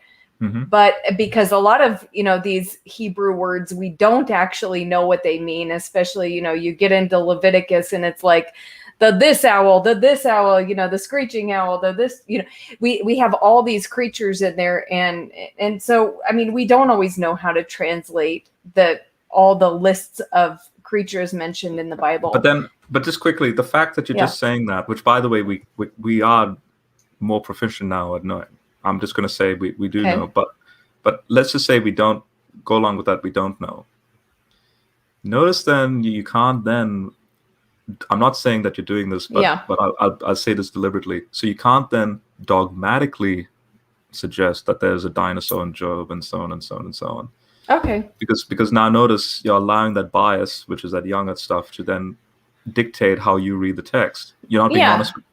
So in other words, if you're admitting we don't know, then don't make the conclusions about the text. What I'm saying is, through a lot of hard work, just like that Ezekiel 1 wheel analogy, you're doing the same thing with these texts, showing that there's a very faithful reading that can be done in its own natural context. It fits perfectly with the context. We're actually doing eisegesis by, in hindsight of dinosaurs, then putting dinosaurs in Job. When you already have, I showed you Vulgate. Yeah. And I'm not being dogmatic about the Job passage. So mm-hmm. I'm taking into consideration what you're saying, and I'm not ruling it out. But I guess the same thing applies to everything else in the Bible, including the Genesis 1 creation account as well. Like, because if you don't know, then don't place on the text if you don't know how it reads. These interpretive issues. Yeah. Okay. Okay. Let me just finish the point I'm making. And okay. Hold on. Where was I? The point is that, like, I don't really have a problem, like, with, like, I'm not separating dinosaurs as a separate category of animals, because I don't have the idea of, they existed before humans, long before humans. I don't need a framework for understanding dinosaurs except for they are animals that God created when he created the other animals. And so like whether or not Job mentions dinosaurs, it doesn't mean that dinosaurs are not collectively mentioned in the Bible. Yeah, you're right about the fact that since we do know dinosaurs existed, they're part of God's creation. That's a given. Mm-hmm. I'm saying the closest you can get to a dinosaur-like claim in the scripture would be only in Genesis 1. Maybe a little bit of a tease in Psalm 104. But if I'm going concordist in that concordist approach, day 5 species, Cambrian, the Tananine mentioned there in verse 21, I would say as a concordist, that's a hint of dinosaur. What about all the other places in the Hebrew Bible that when the King James translation was made, they translated it as dragon, but now the newer translations translate it as jackal or something else? Well, again, but it depends. I'm not really familiar with the jackal one, but Ezekiel, for example, mentions Tananine. Mm-hmm. So, for example, let me bring it up. I'll share my screen. And you, and I'm saying this you as in you, if you were consistent with the younger paradigm, okay, you would, I think, you would have the prerogative and the freedom to be like, Ezekiel, what the heck are you doing? So, okay, let me bring up the Tananine. There's Tananine. Okay, here we go. So, dragon, whale. Oh, let's see, dragon, sea monster, serpent, whale, right? Notice it says Ezekiel 29:3 and 32:2. So, okay, here's the jackal that you were mentioning. So the jackal, okay. a scavenger that feeds on carrion, was often observed as roaming about in the ruins of abandoned cities. All right, but in Ezekiel 29:3, son of man, turn your attention to who? Pharaoh. This is Pharaoh Hopra as well. You know specifically the Pharaoh that Ezekiel's talking about. Watch out, I'm coming to get you, Pharaoh, king of Egypt, you Tananine. Right? I mean, what's the problem with that? I mean, that's just, using metaphorical language to describe a person, right? I mean, exactly. Is he saying, okay, think about it. Is he saying, you dinosaur? Well, dragon. Right? Well, if you think about a ferocious beast, right? Yes. Like, okay. Yes, and again, larger than life. Think like an ancient person. This symbolism of a 7-headed beast-like thing, right? Like in Revelation, basically this otherworldly being that you claim to be. You will, because you are perceived this way, you will lay in wait in the middle of your waterways. Because that's what you're claiming, right? Waterways belong to me, and so on, right? Look at this. Egyptian language of a crocodile. I'm going to plant a hook in your jaw and make the fish in your waterways. This again, think Job 41, hooking the Leviathan into its jaw. Okay. I'll bring you up out of the middle of your waterways along with all the fish. I'll fling you out into the desert. You'll fall out in the open fields. You'll never be reunited. And this language of big, like, people will dine on you. Here's where again it's interesting. In the marriage supper of the Lamb, when it says let's see here. Let us rejoice, be glad, give him glory, because the marriage of the Lamb has come and his bride has made herself ready. In apocalyptic literature, Leviathan and Tananine are the beasts that we will dine on in that day of the Lord, because they then represent evil, chaos, basically Satan, and that's so that marriage supper that we'll have, right? Who will we be eating? Leviathan, because you already have this depiction of the ruination of Pharaoh in this sense, and this metaphorical language of dining on Pharaoh's corpse, so to speak. It's this language of victory. We'll be victorious over Satan himself, who happens to be then given that Leviathan imagery as well in Revelation. Now, they're not dining on the corpse of a huge dinosaur. Tananin is applied metaphorically to be just what it is, a big monster, an otherworldly like creature, chaos, chaos symbolism. Yeah. So cool. Look at this. Awesome. Look at this. Okay. Isaiah 27.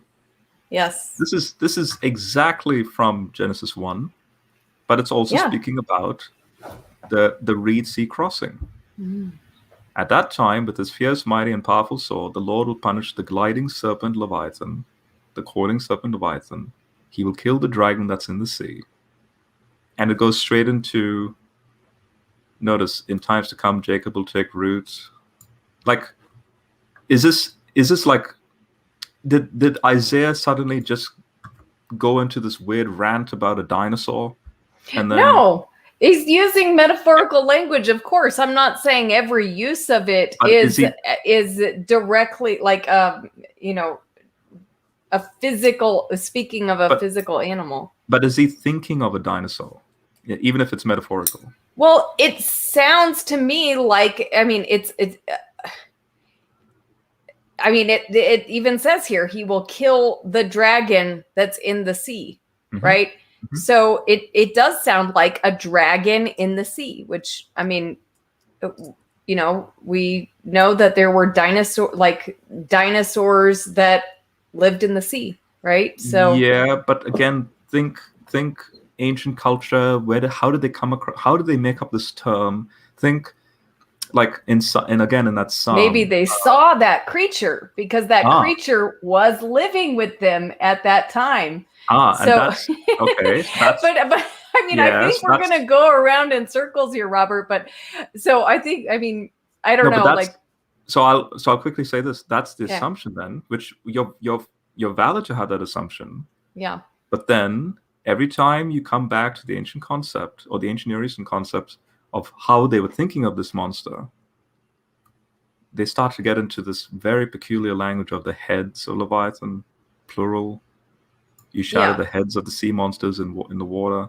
Okay. So all I'm saying is the closest you can get to how this originated, this mythical monster thinking, Adrian Mayer's work is dedicated to that they would come across peculiar stuff in the ground and make a hypothesis like Cyclops. We know Cyclops didn't exist. It's a mammoth. Okay. But then they make a myth out of it. Just like you have this mythical imagery of maybe it's a sea monster or something. But then they apply that into and connect it to the degradation of sin and suffering and tyrants like Pharaoh and so on. And obviously the big serpent, or the big tyrant serpent-like figure, obviously Satan in Genesis 3, that serpent, and which, by the way, the Hebrew word nakash just means a shining one, angel of light. But serpentine language is used to metaphorically applied in other different means, like, a snake is threatening, it's on the ground, it strikes the heel, like it uses it like that. And so I just hope I've given you a taste of what the scholars who specialize in ancient Near East and the languages, I'm not a specialist in the field. My specialty is more in math and physics, but I'm giving you a taste of, again, part of that journey, that walk I've had. Yes. Coming into seeing the rationality of all this, then just being blown away by the fact that humans used to think a certain way. And it's beautiful. Atheists mock them, or, ignorant sheep herders or something. And I find that to be the most arrogant mocking. You are so arrogant, and just, I don't want to have a conversation with you if you say that, because it just shows how, again, it sounds like I'm becoming them, but how stupid you are to even suggest that These people were very sophisticated in their own way, and with this imagery that they're sharing here, and then God's working with that to then bring about a timeless message. So, yeah. Awesome. That's beautiful. I mean, really, of course, you know, I don't agree with the ultimate theistic evolution, but I will say, Robert, I feel like I have a lot to learn from you, and I feel like this is incredibly valuable. I learned so much in this conversation, and I think, like, you know, if I'm going to present someone with a theistic evolutionist, you know, that to look up to, I'm gonna hand them you, and so thank you so much. No worries. This has really been amazing. Thank you for the opportunity, and again, understand how we started this discussion. All this is interesting, but it doesn't come even close to the actual importance, and that is who you and I are in Jesus, the gospel. You know, we're family. That language.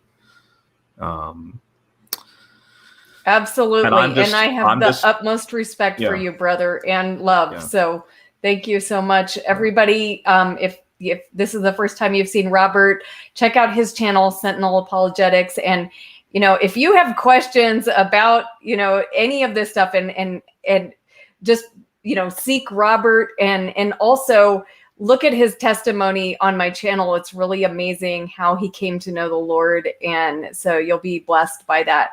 So thank you, Robert, so much. If you're interested in more on all this, on my channel, because Lucas just mentioned it, he says, "Are you going to mention Ben Stanhope's book?" I recommend you interview Ben Stanhope next, because Ben Stanhope was a young creationist. He nearly lost his faith coming out of it. In fact, he's the guy that caused a stir when he went to the Creation Museum, Ken Ham's Creation Museum, and made a blog post about it. I interviewed him on my channel, so it's just Ben Stanhope interview Q&A, and I was interviewing him on his new book, Misinterpreting Genesis: How the Creation Museum Misinterprets the Genesis Account. He's coming at this full-blown ancient Near East. He's a brilliant guy. In fact, he even knows languages more than I do. Because he's actually specialized in this field. He's a good friend, as far as he's not like the enemy. And yeah, all I would recommend is, if you're interested in, because I've given the broad brush perspective, if you want someone that localizes now more in a niche area, Ben Stanhope's the one to talk to next. Okay, just quickly. Okay. I'll actually set this up, but I want to show you an example of what I'm saying here.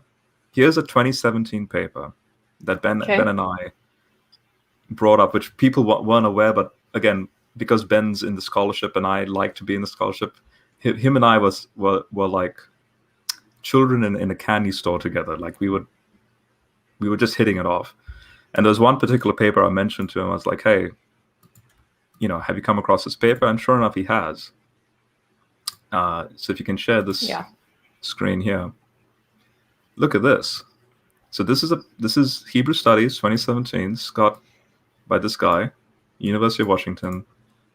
God of Heaven and Sheol, the unearthing of creation. So what he wants to say here is, you know, when it says, "In the beginning, God created the heavens and the earth," and he agrees it's a merism. See, he says, "Look, I contend that as a merism." But instead of saying earth, is it possible that now in hindsight of Mesopotamian Ugaritic or Ugarit, we should now render it as, "In the beginning, God created heavens and Sheol." So, in other words, the underworld. So, in the beginning, God created the heavens and the earth, right? But if you can now, because Eretz now is always used with the underworld sometimes. The Eretz is that murky, dark, where the Nephilim spirits wander and all that stuff. So this then completes the vastness of the cosmic temple that we're talking about. So in other words, what is below the earth? Remember Philippians 2, "Let every knee bow, heavens above, earth below, and under the earth." So if you really want to then talk about the totality of everything, well, the earth is the midway point. The underworld is that the like the bottomless pit language, right? Tartarus, you know. So in other words, the whole thing, so heavens above and underworld below, Sheol below. Now, notice this interpretation is only dependent on the fact that further work into Ugaritic then leads to another clarity of Genesis 1:1. You see? And so therefore, the underworld, so if earth means underworld, that's why you have this void and waste language. The underworld is formless and void and darkness. But again, how does that work scientifically in that modern Big Bang sense? Well, it doesn't, because guess what? All the more this makes sense for the ancient cosmology as a polemic, because Yahweh is the one that is sovereign over even the underworld in this sense. Now, in the Concordus approach, I'll still take the Earth's reading, obviously, because I'm thinking of this as a planet and, you know, its conditions. But I just wanted to point out that this is the sort of thing you'll come across if you interview Stanhope. Wow. Yeah. Very interesting. Okay. So cool. I'm glad I got that in there. So yeah. Yeah. Yeah. All right. Well, thank you again, Robert. Thanks to everybody for being here. God bless you guys, and see you soon. God bless everyone.